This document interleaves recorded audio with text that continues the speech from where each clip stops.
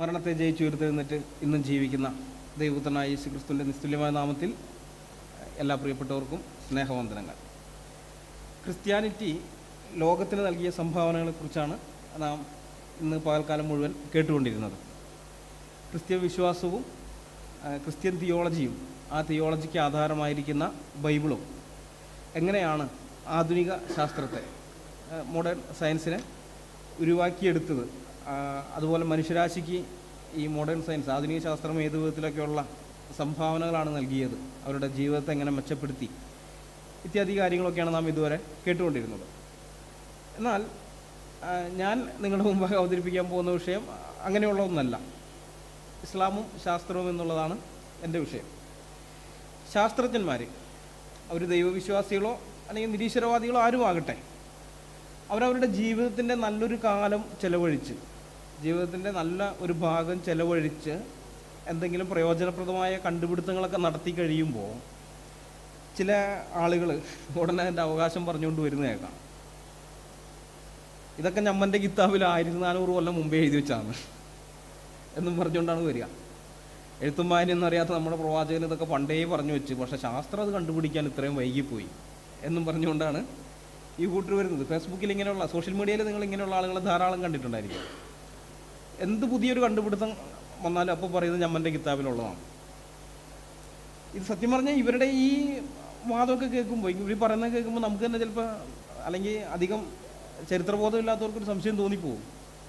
ഇത് വാസ്തവത്തിൽ ഇതൊക്കെ ഇവരുടെ പുസ്തകത്തിലുള്ളത് തന്നെയാണോ എന്ന് തോന്നിപ്പോവും. അല്ലെങ്കിൽ ഈ ശാസ്ത്രജ്ഞന്മാരൊക്കെ കണ്ടുപിടുത്തം നടത്തിയത് ഇവരുടെ പുസ്തകം വായിച്ചിട്ടാണോ നമുക്ക് തോന്നിപ്പോവും. ആ വിധത്തിലുള്ള തള്ളുകളാണ് ഇവർ തള്ളിക്കൊണ്ടിരിക്കുന്നത്. എന്നാൽ ചരിത്രബോധമുള്ള, സുബോധമുള്ള ആളുകൾ ഒരിക്കലും ഇങ്ങനെയുള്ള കാര്യങ്ങൾക്ക് ഒരു വിലയും കൊടുക്കുകയില്ല എന്ന് നമുക്കറിയാം. കാരണം ഇവർ ഈ പറയുന്ന പോലെ ഇത്രയധികം കാര്യങ്ങളൊക്കെ എഴുതി വെച്ചിട്ടുണ്ടെങ്കിൽ ഒരു മുട്ടുസൂചി പോലും എന്ത് ചെയ്തിട്ടില്ല, അവിടെ നിന്ന് കണ്ടുപിടിച്ചിട്ടില്ല. അങ്ങനെയുള്ള ഒരു കണ്ടുപിടുത്തം ഉണ്ടായിട്ടില്ല. അപ്പോൾ പിന്നെ അതിലൊന്നും വലിയ കഥയില്ല എന്ന് നമുക്ക് എല്ലാവർക്കും അറിയാം. ഇപ്പോൾ അവർക്കും ഇതൊക്കെ മനസ്സിലായി തുടങ്ങിയിട്ടുണ്ട്, ഇങ്ങനെയുള്ള തള്ളുകൾ കൊണ്ട് കാര്യമില്ലാന്ന്. അതുകൊണ്ട് ഇപ്പോൾ അവർ റൂട്ട് മാറ്റി പിടിച്ചിരിക്കുകയാണ്. ഇപ്പോഴത്തെ ഇവരുടെ ട്രെൻഡ് എന്താണെന്ന് വെച്ച് കഴിഞ്ഞാൽ, ഈ യൂറോപ്പിൽ ഉണ്ടായ നവോത്ഥാനത്തിൻ്റെയൊക്കെ പിതൃത്വം ഏറ്റെടുക്കുന്ന പരിപാടിയാണ്. യൂറോപ്പിൽ നവോത്ഥാനം ഉണ്ടായത് നമുക്കറിയാം. അപ്പോൾ അതിൻ്റെ പിതൃത്വം ഏറ്റെടുക്കുകയാണ്. ഇത് വൈക്കം മുഹമ്മദ് ബഷീറിൻ്റെ ഒരു കഥാപാത്രമുണ്ട്, എട്ടുകാലി മമ്മൂഞ്ഞ് എന്ന് പറഞ്ഞ് കേട്ടിട്ടുണ്ടാവില്ല അല്ലേ? എട്ടുകാലി മമ്മൂഞ്ഞ്. എട്ടുകാലി മമ്മൂഞ്ഞിൻ്റെ സ്വഭാവമാണ്. കാരണം എട്ടുകാലി മമ്മൂഞ്ഞ് ഒരു ഷണ്ടനാണ്. അതുകൊണ്ട് തന്നെ പുള്ളി എന്ത് ചെയ്യുന്നു വെച്ച് കഴിഞ്ഞാൽ, ആ നാട്ടിൽ ഏത് സ്ത്രീ ഗർഭിണിയായെന്ന് പറഞ്ഞു കഴിഞ്ഞാൽ അപ്പം അതിൻ്റെ ഉത്തരവാദിത്വം പുള്ളി ഏറ്റെടുക്കും. അതിൻ്റെ ആൾ ഞമ്മളാണ്. ഇതാണ് പുള്ളിയുടെ പരിപാടി. ചീത്തപ്പേരാണത്. കാരണം നാട്ടിലുള്ള സ്ത്രീകളെയൊക്കെ പഴപ്പിക്കാന്ന് പറഞ്ഞ ചീത്തപ്പേരാണ്. പക്ഷെ പുള്ളി നോക്കുന്നത് ഈ ഷണ്ടൻ എന്ന് പറഞ്ഞതിൻ്റെ പേരിലുണ്ടാകുന്ന അപമാനം വെച്ച് നോക്കുമ്പോൾ ഈ ചീത്തപ്പേര് വലിയ കുഴപ്പമില്ല. അതുകൊണ്ടാണ് പുള്ളി ഇതൊക്കെ ഏറ്റെടുക്കുന്നത്. അപ്പോൾ അതുപോലെയാണ് ഇപ്പോൾ കുറേ എട്ടുകാലി മമ്മൂഞ്ഞുമാർ വന്നിട്ട് ഇങ്ങനെ പലതിൻ്റെ ഉത്തരവാദിത്വം ഏറ്റെടുക്കുന്നത്, ശാസ്ത്രത്തിൻ്റെ. അത് ഈ ഇവർ മാത്രമല്ല കേട്ടോ, നിരീശ്വരവാദികളടക്കം കുറേ എണ്ണം ഉണ്ട് എട്ടുകാലി മമ്മൂഞ്ഞുകളായിട്ട്. ഈ യൂറോപ്പിൽ ഇവർ ഇപ്പോൾ പറയുന്നത്, ഇസ്ലാമിക മതപ്രചാരകർ, ദാവാക്കാരിപ്പോൾ പറയുന്ന ഒരു കാര്യം, ഇസ്ലാമിക സംസ്കാരവും ഇസ്ലാമിക സാഹിത്യവും പിന്നെ അറബികളുടെ ജ്ഞാനവും ഒക്കെ ചേർന്നിട്ടാണ്, അതൊക്കെയാണ് ഈ യൂറോപ്പിലെ നവോത്ഥാനം ഉണ്ടായതിൻ്റെ കാരണമെന്ന് മനസ്സിലായി. യൂറോപ്യൻ നവോത്ഥാനത്തിൻ്റെ പുറകിൽ ഇസ്ലാമിക ഗ്രന്ഥങ്ങൾ, ഇസ്ലാമിക ജ്ഞാനം, അറബികളുടെ ജ്ഞാനം, ഇസ്ലാമിക സംസ്കാരം, ഇതൊക്കെയാണെന്നാണ് പറയുന്നത്. ഈ യൂറോപ്പിലുണ്ടായ നവോത്ഥാനത്തിൻ്റെ ചരിത്രം നമ്മൾ നോക്കുമ്പോൾ അതിന് സുദീർഘമായൊരു ചരിത്രമുണ്ട്. അത് ഒറ്റ രാത്രി കൊണ്ട് പൊട്ടിമുളച്ച് വന്നതൊന്നുമല്ല. വളരെ വളരെ ദീർഘമായ ഒരു ചരിത്ര പശ്ചാത്തലമുണ്ട്. നവോത്ഥാനം ഉണ്ടാകുന്നതിന് മുമ്പ് വേറൊരു കാര്യം അവിടെ നടന്നിരുന്നു യൂറോപ്പിൽ. അത് നവീകരണമാണ്. കത്തോലിക്ക സഭയ്ക്കകത്ത് നവീകരണം എന്ന് പറയുന്ന ഒന്നുണ്ടായി. ഈ നവീകരണത്തിൻ്റെ ഉപോൽപ്പന്നമായിട്ടാണ് വാസ്തവത്തിൽ നവോത്ഥാനം വരുന്നത്. 14-ാം നൂറ്റാണ്ടിൽ ജീവിച്ചിരുന്ന ജോൺ വിക്ലിഫൊക്കെയാണ് അതിൻ്റെ ആരംഭകാലത്തെ ആളുകളെന്ന് പറയുന്നത്. ഈ ജോൺ വിക്ലിഫിനെ വിശേഷിപ്പിക്കുന്നത് നവീകരണ പ്രസ്ഥാനത്തിൻ്റെ പ്രഭാത നക്ഷത്രം എന്നാണ്. അപ്പോൾ ഇങ്ങനെയുള്ള ആളുകൾ, ഇത് നമ്മൾ ഒരു കാര്യം മനസ്സിലാക്കേണ്ടത്, യൂറോപ്പിൽ ആ കാലത്തെ ആളുകൾ അവരുടെ സ്വന്തം മാതൃഭാഷയിൽ ബൈബിള് അവരറിഞ്ഞിരുന്നില്ല. കാരണം ലാറ്റിനിലും ഗ്രീക്കിലുമാണ് ബൈബിൾ അന്ന് ഉണ്ടായിരുന്നത്. അപ്പോൾ അതുകൊണ്ട് തന്നെ സാധാരണ ജനത്തിന് ലാറ്റിനും ഗ്രീക്കൊന്നും അറിയുകയില്ല. അപ്പോൾ സഭയിൽ ഇപ്പോൾ നമ്മളൊക്കെ ചർച്ചിൽ ചെല്ലുമ്പോൾ അവിടെ പ്രസംഗിക്കുന്നത് കേൾക്കുന്ന പോലെ അന്നത്തെ ആളുകൾ അവർ ചർച്ചിൽ ചെല്ലുന്നു, പ്രസംഗിക്കുന്നു. അവരത് വേറെ ഭാഷയിലാണ്, ഇവരുടെ മാതൃഭാഷയിലല്ല, ലാറ്റിനിലോ ഗ്രീക്കിലോ പ്രസംഗിക്കുകയല്ല, വായിക്കുന്നു. വായിച്ചിട്ട് ഇവർ അർത്ഥം പറഞ്ഞു കൊടുക്കുന്നു. അങ്ങനെയുള്ളൂ. അല്ലാണ്ട് ഇവർക്ക് സ്വന്തമായിട്ട് ഇത് വായിക്കാൻ പറ്റുന്ന ഒരു സാഹചര്യം ഉണ്ടായിരുന്നില്ല. എന്നാൽ പിന്നീട് ഈ ബൈബിൾ വിവർത്തനങ്ങൾ വരുന്നു. യൂറോപ്പിലെ പല ഭാഷകളിലേക്കും ബൈബിൾ വിവർത്തനങ്ങൾ വരുന്നു. ജോൺ വിക്ലിഫ് ഇംഗ്ലീഷിലേക്ക് പരിഭാഷപ്പെടുത്തുന്നുണ്ട്. അതുപോലെ ഓരോരുത്തരൊക്കെ പല ഭാഷകളിലേക്ക്, ജർമ്മൻ ഭാഷകളിലേക്കും മറ്റുമൊക്കെ ആയിട്ട് ഈ പരിഭാഷകൾ വരുന്നു. ഏതാണ്ട് അതേ കാലഘട്ടത്തിൽ തന്നെ ജോഹന്നാസ് ഗുട്ടൻബർഗ് അച്ചടി വിദ്യ കണ്ടുപിടിക്കുന്നു. അപ്പോൾ ഈ അച്ചടി വിദ്യ വന്നതോടുകൂടി, നേരത്തെ സച്ചിൻ ബ്രദർ പറഞ്ഞല്ലോ ഒരു പുസ്തകത്തിൻ്റെയൊക്കെ ചിലവെന്ന് പറഞ്ഞു, പുസ്തകം ഉണ്ടാക്കാനുള്ള തുകലൊക്കെ ശുദ്ധീകരിക്കുന്ന ആ വീഡിയോ, ഞാനത് ബിബ്ലിയോളജിയുടെ ഇതായിട്ട് ഞാൻ വേണ്ടി നോക്കിക്കഴിഞ്ഞപ്പോൾ കണ്ടിരുന്നു. പാപ്പിറസ് എങ്ങനെ ഉണ്ടാക്കുന്നത് എന്നുള്ളതും ഇതൊക്കെ വളരെ നാളുകളുടെ പ്രയത്നമാണ്. വെയിറ്റൊക്കെ കയറ്റി വെച്ചിട്ട് പാപ്പിറസിൻ്റെ ഇതാണെന്നുണ്ടെങ്കിൽ തന്നെ കുറേ ദിവസമൊക്കെ കഴിഞ്ഞതിന് ശേഷമാണ് പിന്നെ എടുത്ത് കഴിയുമ്പോൾ അത് പേപ്പറായിട്ട് വരുന്നത്. തുകലാണെങ്കിലും അങ്ങനെ തന്നെ. അപ്പോൾ ഇതൊക്കെ വളരെ ചിലവേറിയ സംഭവമാണ്. എന്നാൽ ഈ അച്ചടി വിദ്യ വന്നതോടുകൂടി, അതേ സമയത്ത് തന്നെ പേപ്പറും മറ്റുമൊക്കെ വരികയൊക്കെ ചെയ്തതോടുകൂടി ഈ പുസ്തക നിർമ്മാണത്തിൻ്റെ ചിലവ് വളരെ കുറയുകയും ഒരേ സമയം തന്നെ ധാരാളം പുസ്തകങ്ങൾ അച്ചടിച്ച് ഉണ്ടാക്കാൻ പറ്റുകയൊക്കെ ചെയ്യുന്നൊരു അവസ്ഥ വന്നു. അപ്പോൾ ഈ ബൈബിളൊക്കെ സാധാരണ ജനങ്ങളിലേക്ക്, സാധാരണക്കാരല്ലെങ്കിലും അത്യാവശ്യം ആളുകളിലേക്കൊക്കെ എത്തുന്ന ഒരു സ്ഥിതിവിശേഷം വരികയാണ്. ഇങ്ങനെ വന്ന ആളുകൾ അവർക്ക് മനസ്സിലാകുന്ന ഭാഷയിൽ ഇത് വായിക്കുകയും ചിന്തിക്കുകയൊക്കെ ചെയ്യുന്നു. അപ്പോൾ അങ്ങനെയൊക്കെ വന്നു കഴിഞ്ഞപ്പോൾ പല മാറ്റങ്ങളും വേണം എന്നുള്ള ചിന്ത ആളുകളുടെ ഉള്ളിൽ വരുന്നു. പലമായ മാറ്റങ്ങൾ, നമ്മൾ പോയിക്കൊണ്ടിരിക്കുന്ന ഇത് പൂർണ്ണമായിട്ടതൊരു ശരിയായതല്ല, പല കറപ്ഷൻസും വന്നിട്ടുണ്ട്, അതൊക്കെ ഒന്ന് മാറ്റണം, ശരിയാക്കണമെന്നുള്ള ഒരു ചിന്ത. ഈ ചിന്തയുടെ ഫലമായിട്ടാണ് കത്തോലിക്ക സഭയ്ക്കകത്ത് നവീകരണം എന്ന് പറയുന്ന സംഗതി വരുന്നത്. ഈ നവീകരണത്തിൻ്റെ അനന്തരഫലം എന്ന് പറയുന്നത് പല വിധത്തിലാണ് വരുന്നത്. ചിലർ കത്തോലിക്ക സഭയെ തള്ളി പറഞ്ഞ് വേറൊരു ഗ്രൂപ്പായിട്ട് മാറി, അവരൊക്കെ പിന്നെ പ്രൊട്ടസ്റ്റൻ്റുകാരെന്ന് വിളിക്കപ്പെടുന്നു. ചിലർ മൊത്തം സഭേനെ മാത്രമല്ല ദൈവത്തിനൊക്കെ തള്ളി പറഞ്ഞ് നിരീശ്വരവാദികളായിട്ട് മാറി. ഇത് യൂറോപ്പിലുണ്ടായി. അപ്പോൾ 3 ഗ്രൂപ്പുകളായിട്ട് വന്നു. പിന്നെ ഇത് കഴിഞ്ഞിട്ട് കൗണ്ടർ റിഫോർമേഷൻ സഭ കൊണ്ടുവരുന്നുണ്ട്. കൗണ്ടർ റിഫോർമേഷൻ, അതായത് ബദൽ നവീകരണം. അത് ഈ ബദൽ നവീകരണം എന്നുള്ള വാക്ക് കത്തോലിക്ക സഭ ഉപയോഗിക്കില്ല. കാരണം അവരെ സംബന്ധിച്ചിട്ട് ആദ്യത്തെ കൂട്ടർ ചെയ്തത് നവീകരണമല്ല, ഒരു വിപ്ലവമാണ്, ഒരു വിപ്ലവകാരികളായിരുന്നു. അപ്പോൾ ഈ വിപ്ലവമായിട്ട് സഭയിൽ നിന്ന് വിട്ടുപോയവരെ തിരിച്ചു കൊണ്ടുവരുവാൻ വേണ്ടി നവീകരണം എന്ന് ആണ് അവർ വിളിക്കുന്നത്. എന്നാൽ സെക്യുലർ ചരിത്രകാരന്മാർ കൗണ്ടർ റിഫോർമേഷൻ എന്ന് വിളിക്കുന്നു. അതുകൊണ്ട് ഞാനും ആ വാക്ക് ഉപയോഗിക്കുന്നേ ഉള്ളൂ. അപ്പോൾ ഇവിടെ ഈ നവീകരണക്കാർ, പിന്നെ ബദൽ നവീകരണക്കാർ, ഈ നിരീശ്വരവാദികൾ, ഇങ്ങനെ ആയിട്ടുള്ള 3 കൂട്ടർ. ഈ 3 കൂട്ടർക്കും യൂറോപ്പിലെ നവോത്ഥാനത്തിൽ പങ്കുണ്ട്. അത് നമുക്ക് തള്ളിക്കളയാൻ പറ്റുന്നതല്ല. പക്ഷെ ഒരിക്കലും ഈ അറബികൾക്കോ മുസ്ലിങ്ങൾക്കോ ഒരു റോളും ഇല്ല അതിനകത്ത്. നമ്മൾ നോക്കുമ്പോൾ അവർക്ക് ഒരു റോളും ഇല്ല. ഇത് നോക്കിക്കഴിഞ്ഞാൽ നവോത്ഥാനത്തിൻ്റെ ഫലമായിട്ട് നവീകരണം ഉണ്ടാവുകയല്ല. അത് നമ്മൾ ശ്രദ്ധിക്കണം. അതായത് നവോത്ഥാനം വന്നതുകൊണ്ട് ഇനി നമ്മൾ നേരെയായി നടക്കണം വെച്ചിട്ട് വരികയല്ല. ആദ്യം വന്നത് നവീകരണമാണ്. അപ്പോൾ നവീകരണത്തിന് കാരണം എന്താണ്? ബൈബിളാണ്. ബൈബിള് അവർക്ക് മനസ്സിലാകുന്ന ഭാഷയിൽ ആളുകൾ വായിക്കാൻ തുടങ്ങി കഴിഞ്ഞപ്പോഴാണ് എല്ലാവർക്കും സ്വയമേവ ഒരു മാറ്റം, ഒരു മാനസാന്തരം, ഇത് ഇപ്പോഴുള്ള പലത് ശരിയല്ല എന്നുള്ളൊരു ചിന്ത വന്നിട്ടൊരു നവീകരണം ഉണ്ടാകുന്നത്. ആ നവീകരണത്തിന് അനന്തരഫലമായിട്ടാണ് പിന്നീട് നവോത്ഥാനം വരുന്നത്. എന്ന് വെച്ചാൽ ബൈബിളാണ് അതിന് അടിസ്ഥാനമായിട്ട് നിന്നത്. ചുരുക്കി പറഞ്ഞാൽ അതാണ്, ബൈബിളാണ്, അല്ലാതെ വേറെ ഈ അറബികളുടെ ഗ്രന്ഥങ്ങളൊന്നുമല്ല. ഈ നവോത്ഥാനം ആരംഭിച്ചത് റോം ഉൾപ്പെടുന്ന ഇറ്റലിയിലാണ്. അത് AD 1453 കോൺസ്റ്റാന്റിനോപ്പിൾ അറബികൾ ആക്രമിക്കുന്നുണ്ട്. അറബികൾ ആക്രമിച്ചപ്പോൾ അവിടെ ഉണ്ടായിരുന്ന ഈ പുരാതന ഗ്രീക്ക് കയ്യെഴുത്ത് പ്രതികളായിട്ട് പല പണ്ഡിതന്മാരും അവിടെ നിന്ന് വെസ്റ്റിലേക്ക് വരികയാണ്, ഇറ്റലിയിലേക്കൊക്കെ വരികയാണ്. കാരണം അവിടെ അറബികൾ ഭയങ്കരമായിട്ട് അവിടെ പിടിച്ചെടുത്ത് കഴിഞ്ഞിട്ടുണ്ട്. വളരെയധികം നരനായാട്ടമൊക്കെ നടത്തുന്നുണ്ട്, ധാരാളം പേരെ കൊല്ലുകയൊക്കെ ചെയ്യുന്നുണ്ട്. അപ്പോൾ അങ്ങനെ വന്നപ്പോൾ ഇവർ ജീവനും കൊണ്ട് അവിടെ നിന്ന് രക്ഷപ്പെട്ടു വന്നു. അപ്പോൾ ഇങ്ങനെ വന്ന ഈ പണ്ഡിതന്മാർക്ക് വെസ്റ്റിൽ നല്ല സ്വീകരണം കിട്ടി. അവരുടെ കൈവശമുള്ള ഈ പുസ്തകങ്ങൾ പലതും ഇവർ കണ്ടിട്ടുള്ളതല്ല, അതിന് മുമ്പ് അറിയാവുന്നതല്ല. ഗ്രീക്ക് സാഹിത്യങ്ങളൊക്കെയാണ് പലതും ഉണ്ടായിരുന്നത്. അപ്പോൾ അതെല്ലാം പിന്നീട് യൂറോപ്പിൽ ആളുകൾ വായിക്കുകയും ജനങ്ങളുടെ ചിന്താശേഷിയിൽ പിന്നെ വ്യത്യാസങ്ങൾ വരുന്നുണ്ട്.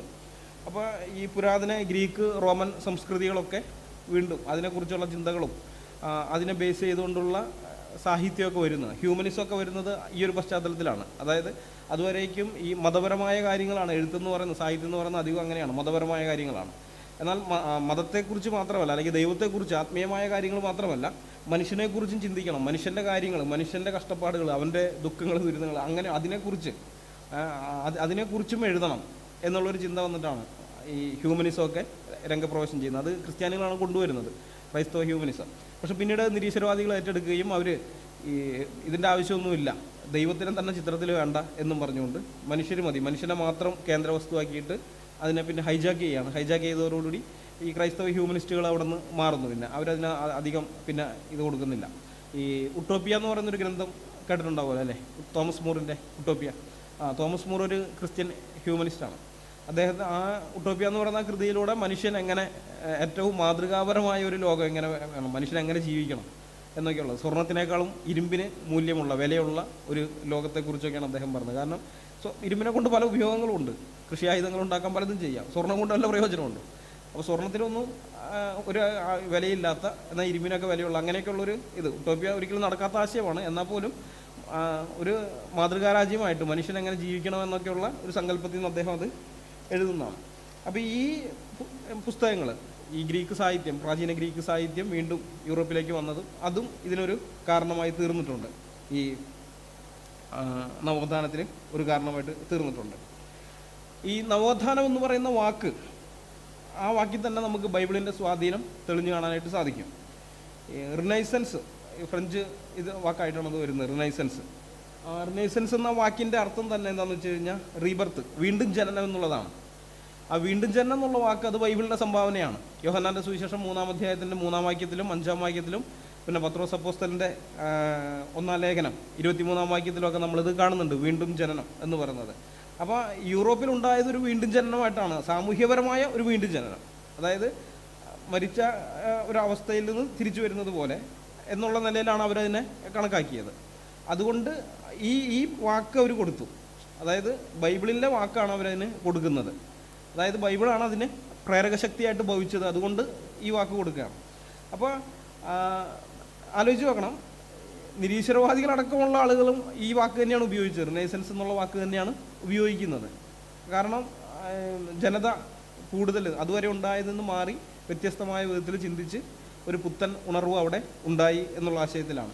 അപ്പോൾ ഇത് ബൈബിളിൻ്റെ സംഭാവനയാണ്, അതുകൊണ്ടാണ് ബൈബിളിലെ ആ വാക്ക് തന്നെ അവർ കൊടുക്കുകയും ചെയ്തത്. ഇത്രയും വസ്തുതകൾ ഇത് ഞാൻ ഓടിച്ചു പോയതാണ്, സമയത്തിൻ്റെ പരിമിതി കൊണ്ട് ഓടിച്ചു പോയതാണ്. ഇതിനെക്കുറിച്ച് സത്യത്തിൽ കൂടുതൽ പറയാനുള്ളതുണ്ട്, എന്നാൽ നമുക്കിപ്പോൾ സമയമില്ല. അപ്പോൾ ഈ ചരിത്ര യാഥാർത്ഥ്യങ്ങളെയൊക്കെ ഇവർ തട്ടിത്തൊഴിപ്പിച്ചിട്ടാണ് പറയുന്നത്. ഈ എന്താണ്, യൂറോപ്യൻ നവോത്ഥാനത്തിൻ്റെ പിതൃത്വം അത് അറബികൾക്കാണ്, അത് ഇസ്ലാമിക സാഹിത്യത്തിനാണ്, ഇസ്ലാമിക സംസ്കാരത്തിനാണ്, മുസ്ലിങ്ങൾക്കാണ് എന്നൊക്കെ ഇന്ന് ഇവർ പറയുന്നത്. അപ്പോൾ ഇങ്ങനെ ഈ പറയുന്ന കുറേ ടീമിനെ ഞാൻ ഫേസ്ബുക്കിൽ ഇഷ്ടം പോലെ കണ്ടിട്ടുണ്ട്. മിക്കപ്പോഴും ഇതിങ്ങനെ കാണുന്ന സമയത്ത് ഞാനിത് വെറുതെ മദ്രസ സപ്പോർട്ടറിനൊക്കെ വിളിച്ച് ഞാൻ കളിയാക്കി വിടും. കാരണം ചരിത്രബോധമുള്ളവനറിയാം ഇത് ഇതൊന്നല്ല, ഇവർ ഈ പറയുന്നതൊന്നല്ല നമുക്കറിയാം, അതുകൊണ്ട് ഇതിനെ ഒഴിവാക്കി വിടുകയുള്ളൂ. പക്ഷെ അങ്ങനെ ഒരു പ്രാവശ്യം ഞാനങ്ങനെ ഒരു പയ്യനെ നീ വെറും മദ്രസ പ്രൊഡക്റ്റ് ആയിപ്പോയി, അതുകൊണ്ടാണ് ഇങ്ങനെയുള്ള മണ്ടത്തരം പറയുന്നതെന്ന് പറഞ്ഞ് അവനെ ഒഴിവാക്കി വിട്ടപ്പോൾ ഒരു സഹോദരൻ എനിക്ക് വാട്സാപ്പിൽ മെസ്സേജ് അയച്ചിട്ട് പറഞ്ഞു, ബ്രദറെ അത് അവൻ മദ്രസ പ്രൊഡക്റ്റ് അല്ല, അവൻ നമ്മുടെ സെക്യുലർ വിദ്യാഭ്യാസത്തിന്, നമ്മുടെയൊക്കെ സെക്യുലർ വിദ്യാഭ്യാസത്തിൻ്റെ ഇരകളാണ്, നമ്മുടെ വിദ്യാഭ്യാസം അത് തന്നെയാണ്, നമ്മുടെയൊക്കെ സ്കൂളിൽ അതാണ് പഠിപ്പിക്കുന്നതെന്ന് പറഞ്ഞു. സത്യം പറഞ്ഞപ്പോൾ ഞാൻ അമ്പരന്ന് പോയി. കാരണം അത് ഒരിക്കലും നടക്കില്ലല്ലോ. ഈ നവോത്ഥാനത്തിൻ്റെ ചരിത്രം അറിയാവുന്ന ഒരാളും ഇങ്ങനൊരു കാര്യം പറയില്ല. അപ്പോൾ മദ്രസയിൽ ഉസ്താദുമാർ വേണമെങ്കിൽ ഇവരെ പറ്റിക്കാൻ വേണ്ടിയിട്ട് പറഞ്ഞിട്ടുണ്ടായിരിക്കും എന്ന് വിചാരിച്ചാൽ വിട്ടതാണ്. പക്ഷെ അങ്ങനെയല്ല, നമ്മുടെ സ്കൂളിൽ അത് പഠിപ്പിക്കുന്നുണ്ട്. സ്കൂൾ സിലബസിൽ നമ്മുടെ ഈ +1 അടുത്ത ക്ലിപ്പ് നോക്കാം. ഇത് ഇസ്ലാമിക ചരിത്രവും സംസ്കാരവും എന്ന പുസ്തകം, ഇത് +1 പഠിപ്പിക്കുന്നതാണ്, നമ്മുടെ കേരള സിലബസിലുള്ളതാണ്. തയ്യാറാക്കിയത് സംസ്ഥാന വിദ്യാഭ്യാസ ഗവേഷണ പരിശീലന സമിതി ആണ് ഈ പുസ്തകം തയ്യാറാക്കിയതെന്ന് അതിൻ്റെ പുറഞ്ഞിട്ടില്ല, വായിക്കാൻ പറ്റുന്നില്ല, അവിടെ കൊടുത്തിട്ടുണ്ട്. ഈ പാഠപുസ്തകത്തിൻ്റെ വിവർത്തനത്തിന് വേണ്ടിയുള്ള ശില്പശാലയിൽ പങ്കെടുത്ത വിദഗ്ധന്മാർ doctor Muhammad Rafeeq T, assistant professor, ഇസ്ലാമിക ചരിത്ര വിഭാഗം, government arts and science college Malappuram, doctor Shajila BVS, assistant professor, ഇസ്ലാമിക ചരിത്ര വിഭാഗം, മഹാരാജാസ് കോളേജ് എറണാകുളം എന്നിവരാണ്. ഇനി ഈ പുസ്തകം തയ്യാറാക്കിയ ആളുകളുടെ പേര് പറയുന്നുണ്ട് അതിനകത്ത് തന്നെ. അത് അബ്ദുൾ റൌഫ് TM, HSST ഇസ്ലാമിക ചരിത്രം, Seethi Sahib higher secondary school Taliparamba, Basheer O, HSST ഇസ്ലാമിക ചരിത്രം, Darul Hidaya orphanage higher secondary school Edappal Malappuram, Ayyub M, HSST ഇസ്ലാമിക ചരിത്രം, MSM higher secondary school Kayamkulam Alappuzha, Aseena MA HSST ഇസ്ലാമിക ചരിത്രം, GHSS കുറ്റിക്കാട്ടൂർ കോഴിക്കോട് എന്നിവരാണ്. ഇതിൻ്റെ അക്കാദമിക് കോർഡിനേറ്റർ M സറഫുദ്ദീനാണ്.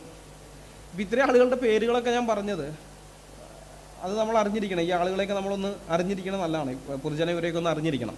കാരണം നമ്മുടെ നികുതി പണത്തിൽ നിന്ന് സർക്കാർ ശമ്പളം വാങ്ങിയിട്ട് ഇവർ നമ്മുടെയൊക്കെ കുട്ടികളെ പഠിപ്പിക്കാൻ വേണ്ടി എന്തൊക്കെ വിവരക്കേടുകളൊന്നും പറഞ്ഞാൽ പോരെ, ഇതൊക്കെ കൃത്യമായ ഒരു അജണ്ടയുടെ പുറത്ത് നടക്കുന്നതാണ്. കൃത്യമായ അജണ്ടയുടെ പുറത്താണ്. നമ്മുടെയൊക്കെ കുഞ്ഞുങ്ങളെ തെറ്റായ ചരിത്രം പഠിപ്പിച്ച് വഴിതെറ്റിച്ച് വിടാൻ വേണ്ടി, ഇസ്ലാമിനെ പ്രൊമോട്ട് ചെയ്യാൻ വേണ്ടി, അവരുടെ മതത്തിനെ നമ്മുടെയൊക്കെ കുട്ടികളുടെ തലയിലേക്ക് ആ മതം വലിയ സംഭവമാണെന്ന് അടിച്ചേൽപ്പിക്കാൻ വേണ്ടിയിട്ട് ചെയ്യുന്ന പരിപാടിയാണ്. അപ്പോൾ ഈ പാഠപുസ്തകത്തിൻ്റെ 14-ാമത്തെ പേജിൽ എഴുതിയിരിക്കുന്നത് ഞാൻ വായിക്കാം. അറേബ്യയിൽ ആരംഭിച്ച ഇസ്ലാമിക സംസ്കാരം നൂറ്റാണ്ടുകൾക്കുള്ളിൽ തന്നെ ലോകത്താകെ വ്യാപിച്ചു. നിരവധി മുസ്ലിം ഭരണകൂടങ്ങൾ ഉയർന്നു വരികയും ഇവയുടെ കീഴിൽ നിരവധി വൈജ്ഞാനിക പുരോഗതികൾ ഉണ്ടാവുകയും ചെയ്തിട്ടുണ്ട്. ശാസ്ത്ര സാഹിത്യ മേഖലകളിലായിരുന്നു അറബി പണ്ഡിതന്മാർ ഏറ്റവും കൂടുതൽ വൈജ്ഞാനിക സംഭാവനകൾ നൽകിയത്. ഇതിനു പുറമെ വാസ്തുവിദ്യ, ചിത്രരചന, നിർമ്മാണ പ്രവർത്തനങ്ങൾ, സംഗീതം, ആസ്വാദന കലകൾ എന്നീ മേഖലകളിലും അറബികളുടെ സംഭാവനകൾ കാണാൻ സാധിക്കുന്നതാണ്. മധ്യകാലഘട്ടത്തിൽ മുസ്ലിം ഭരണങ്ങൾക്ക് കീഴിലുണ്ടായിരുന്ന പണ്ഡിതന്മാരായിരുന്നു തങ്ങളുടെ പുസ്തകങ്ങളിലൂടെ യൂറോപ്പിന് നവോത്ഥാനത്തിൻ്റെ പാത കാണിച്ചു കൊടുത്തത്. മധ്യകാലഘട്ടത്തിലെ മുസ്ലിം ഭരണങ്ങൾക്ക് കീഴിലുണ്ടായിരുന്ന പണ്ഡിതന്മാരായിരുന്നു തങ്ങളുടെ പുസ്തകങ്ങളിലൂടെ യൂറോപ്പിന് നവോത്ഥാനത്തിൻ്റെ പാത കാണിച്ചു കൊടുത്തത്. പുരാതന ഗ്രീസിലെ ഏതൻസ് കേന്ദ്രീകരിച്ചുണ്ടായിരുന്ന വൈജ്ഞാനിക കേന്ദ്രത്തിലെ അറിവുകൾ മധ്യകാലഘട്ടത്തിൽ അറബി പണ്ഡിതന്മാരായിരുന്നു കൈകാര്യം ചെയ്തിരുന്നത്. പിന്നീട് അത് സ്പെയിനിലേക്കും അവിടെ നിന്ന് ഇറ്റലിയിലേക്കും എത്തുകയും വൈജ്ഞാനിക സംഭാവനകൾ നവോത്ഥാനത്തിന് തുടക്കം കുറിക്കുകയും ചെയ്തു. നമ്മുടെ വിദ്യാഭ്യാസ മേഖല എത്രമാത്രം ജിഹാദീവൽക്കരണത്തിന് വിധേയമായി തീർന്നിരിക്കുന്നു എന്നതിൻ്റെ നേർചിത്രമാണ് നമ്മളിപ്പോൾ വായിച്ച ഈ ഒരു പാരഗ്രാഫ്. ഇതിലെ ഓരോ വാചകവും എടുത്തു വെച്ച് ഇഴകീറി പരിശോധിച്ചാൽ, കൃത്യമായ റെഫറൻസുകൾ വെച്ചുകൊണ്ട് അതിനെ ഖണ്ഡിച്ച് ഇങ്ങനെ നമ്മൾ പോകാൻ ശ്രമിക്കുകയാണെന്നുണ്ടെങ്കിൽ ഒരു 3-4 മണിക്കൂർ പ്രസംഗിക്കാനുള്ളതുണ്ട്.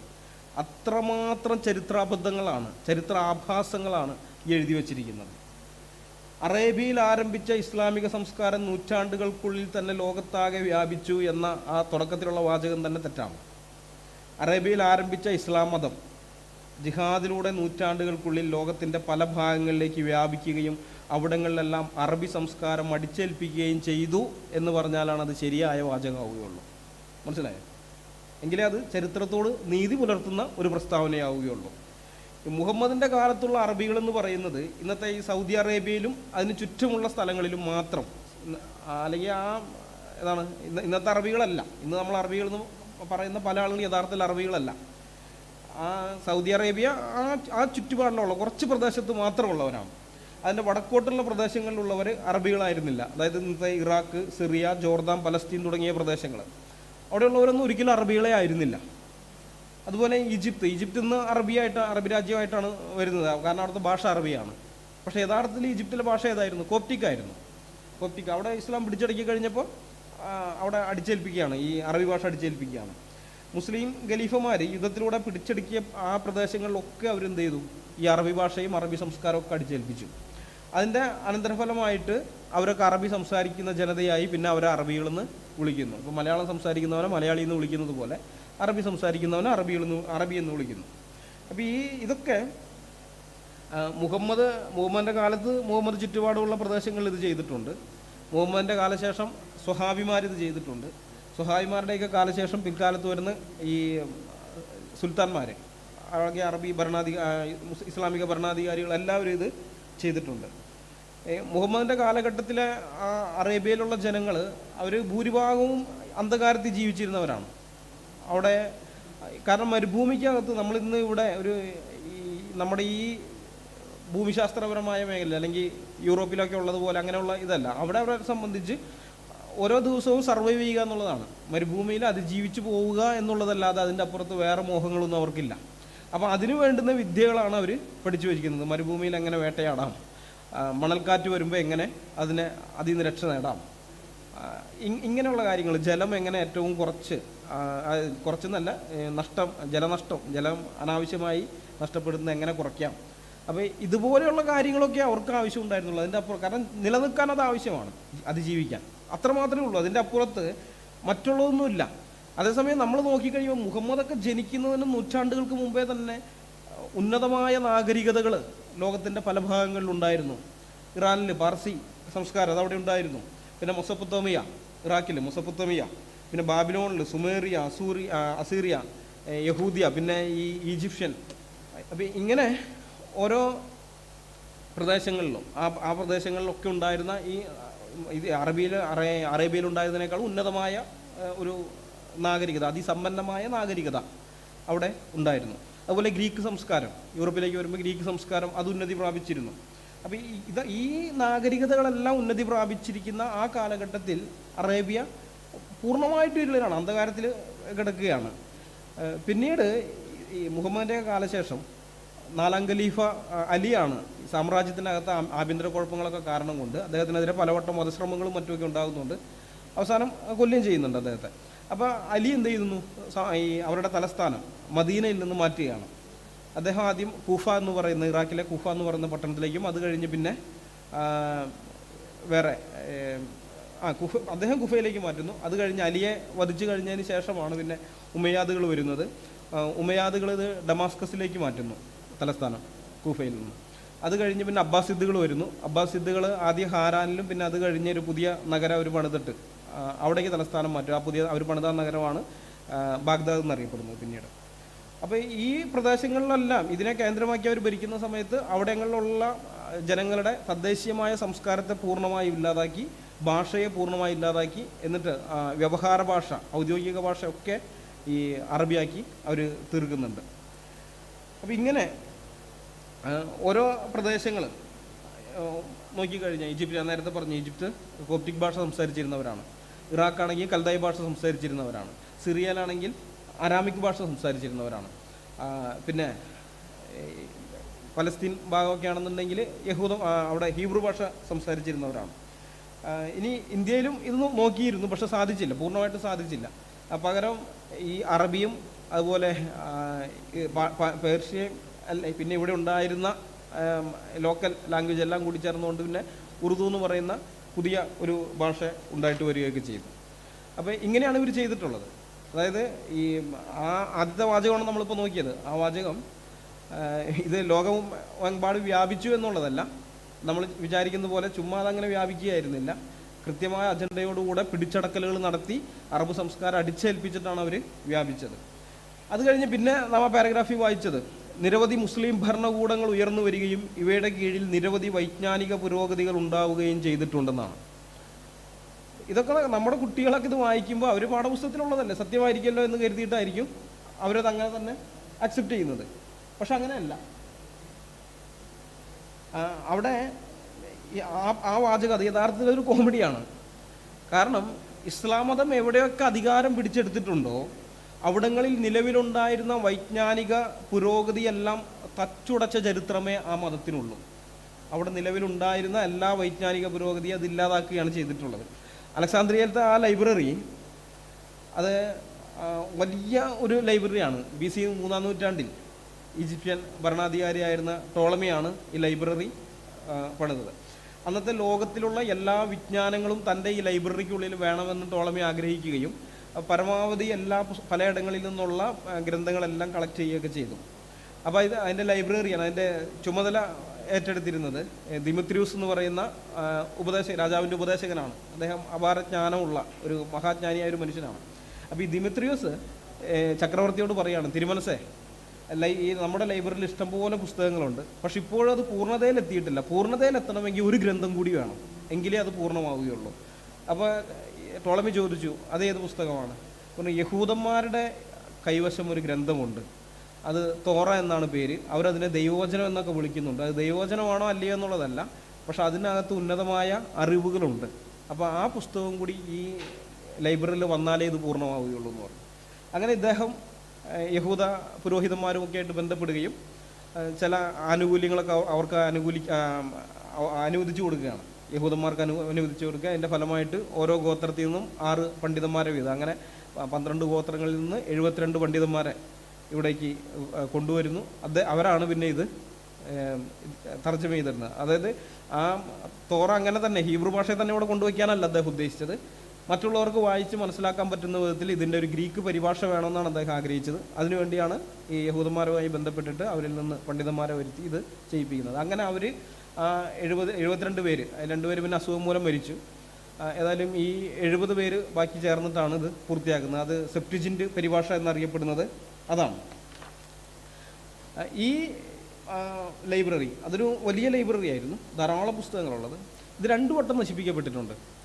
ആദ്യം നശിപ്പിച്ചത് ഈ ജൂലിയസ് സീസറാണ്. ജൂലിയസ് സീസർ BC 48 അദ്ദേഹം തൻ്റെ എതിരാളിയായിരുന്ന ജനറൽ പോംപിയെ പിന്തുടർന്നുകൊണ്ട് ഈ അലക്സാന്ദ്രിയൻ തുറമുഖത്തേക്ക് കപ്പലിൽ പിന്തുടരുകയാണ്, ഇവരുടെ പടക്കൂട്ടമായിട്ട്. കപ്പൽപ്പട മറ്റേയാൾ പലായനം ചെയ്യുകയാണ്. പരാജിതനാവുമെന്ന് കണ്ടിട്ട് പോംപി പലായനം ചെയ്യുന്നു, ഇവർ കപ്പൽപ്പടയായിട്ട് പോകുന്നു. അപ്പോൾ പെട്ടെന്ന് അലക്സാന്ദ്രിയയിൽ നിന്ന് വലിയൊരു കപ്പൽ വ്യൂഹം വന്നിട്ട് ഈ സീസറെ ആക്രമിക്കുകയാണ്. അപ്പോൾ സീസർ പരാജയപ്പെടുന്നു മനസ്സിലാക്കി കഴിഞ്ഞപ്പോൾ സീസർ പറഞ്ഞു കപ്പലുകളെല്ലാം തീ വെച്ച് നശിപ്പിക്കാൻ പറയും. അവരുടെ കപ്പലുകൾക്കെല്ലാം, തുറമുഖത്ത് കിടക്കുന്ന കപ്പലുകൾ, എല്ലാ കപ്പലുകൾക്കും തീ വയ്ക്കാൻ പറയും.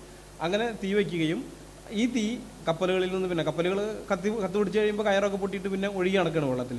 എന്നിട്ട് തുറമുഖത്തെ അടുത്തേക്ക് ചെല്ലുന്നു, അവിടെയുള്ള വീടുകളിലേക്കൊക്കെ തീ പകരുന്നു. അങ്ങനെ നഗരം മുഴുവൻ കത്തി. അതിൻ്റെ ഭാഗമായിട്ട് ഈ ലൈബ്രറിക്ക് കേടുപാടുകൾ സംഭവിക്കുകയും കുറേ ഗ്രന്ഥങ്ങൾ കത്തിപ്പോവുകയും ചെയ്തു. പക്ഷെ എന്നാലും പിന്നീട് അത് പുതുക്കി പണിതെടുത്തു. പിന്നെയും പുസ്തകങ്ങളൊക്കെ ധാരാളം വന്നു. അങ്ങനെയൊക്കെ വന്നു കഴിഞ്ഞിട്ട് രണ്ടാമത് അതും പുതുക്കി പണിത് വന്നു കഴിഞ്ഞപ്പോൾ ആദ്യത്തേതിനേക്കാൾ കൂടുതൽ ഗ്രന്ഥങ്ങളുള്ള മഹാ ലൈബ്രറി ആയിട്ട് അത് വികസിക്കുകയും ചെയ്തു. ഇതിനെ പിന്നീട് നശിപ്പിച്ചത് ആരാണെന്നറിയോ? അത് മുസ്ലിങ്ങളാണ് നശിപ്പിച്ചത്. 2ാം ഖലീഫ ഉമർ എന്ന് പറയുന്ന ഉമർ ഇബ്നു ഖത്താബ്, അദ്ദേഹത്തിൻ്റെ കൽപ്പനപ്രകാരമാണ് ഈ ലൈബ്രറി നശിപ്പിച്ചത്. നമ്മൾ നോക്കിക്കഴിയുമ്പോൾ AD 12, 13 നൂറ്റാണ്ടുകളിൽ ജീവിച്ചിരുന്ന അറബി സഞ്ചാരിയായിരുന്ന അബ്ദുൽ ലത്തീഫ് അൽ ബഗ്ദാദി, പിന്നെ അതേ കാലഘട്ടത്തിൽ തന്നെ ജീവിച്ചിരുന്ന ഈജിപ്ഷ്യൻ അറബ് ചരിത്രകാരനായ അൽ ഗിഫ്തി, പിന്നെ 13-ാം നൂറ്റാണ്ടിൽ ജീവിച്ചിരുന്ന പേർഷ്യൻ സിറിയക് ഓർത്തഡോക്സ് ചർച്ചിലെ ആർച്ച് ബിഷപ്പായിരുന്ന ഗ്രിഗറി ബർ ഹെബ്രയൂസ്, ഈ 3 ആളുകൾ, 3 ചരിത്രകാരന്മാർ ഇത് രേഖപ്പെടുത്തി വെച്ചിട്ടുണ്ട്, ഈ ഉമർ ഇത് നശിപ്പിച്ചത് എങ്ങനെയാണെന്നുള്ളത്.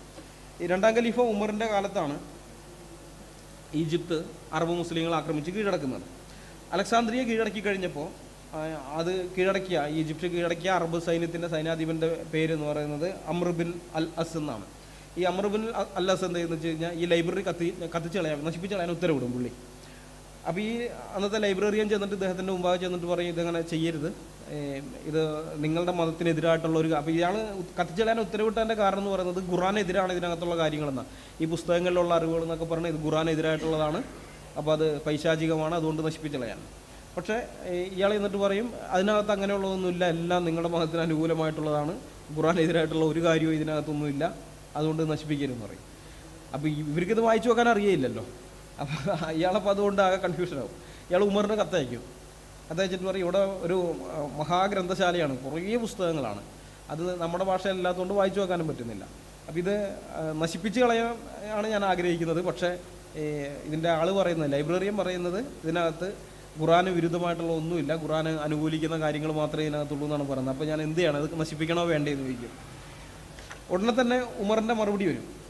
ഉമറിൻ്റെ മറുപടി ഇങ്ങനെയാണ്, നല്ല ലോജിക്കാണ് ഉമർ പറയുന്നത്. ഉമർ പറയുന്നത് ആ ഗ്രന്ഥങ്ങളിലുള്ളതെല്ലാം ഈ ദൈവത്തിൻ്റെ ഗ്രന്ഥങ്ങൾ, അതായത് ഖുറാനിനകത്തുള്ളതിനോട് യോജിക്കുന്നതാണെങ്കിൽ, ഖുറാനിലുള്ള കാര്യങ്ങളൊക്കെ തന്നെയാണ് ഇതിനകത്തുള്ളതെങ്കിൽ എന്തിനാ പിന്നെ അത്രയധികം പുസ്തകങ്ങൾ വായിക്കേണ്ട ആവശ്യം? ഈ ഒരു പുസ്തകം വായിച്ചാൽ പോരെ, ഖുറാൻ വായിച്ചാൽ പോരെ? ഖുറാനിനകത്തുള്ള കാര്യങ്ങളൊക്കെ തന്നെയാണ് ഇത്രയും പുസ്തകങ്ങളുള്ളത്, കഷ്ടപ്പെട്ട് ഇത്രയും പുസ്തകം വായിച്ച് സമയം കളയണം, ഖുറാൻ വായിച്ചാൽ പോരെ?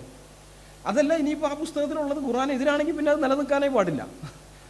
അപ്പം എങ്ങനെ വന്നു കഴിഞ്ഞാൽ എന്ത് ചെയ്യണം? ഈ പുസ്തകം നശിപ്പിക്കണം. ഈ പുസ്തകമല്ല, പുസ്തക ശേഖരം, അതുകൊണ്ട് നീ അത് നശിപ്പിച്ചാണ് നയിക്കുന്നവരുണ്ടാണ് ഉമർ മറുപടി അയക്കുന്നത്. അപ്പോൾ ആ മറുപടി കിട്ടി കഴിഞ്ഞ് കഴിഞ്ഞപ്പോൾ അമ്ർ ബിൻ അൽ അസ് ഈ പുസ്തകങ്ങളെല്ലാം കത്തിച്ച് കളയാൻ ഉത്തരവിട്ടു.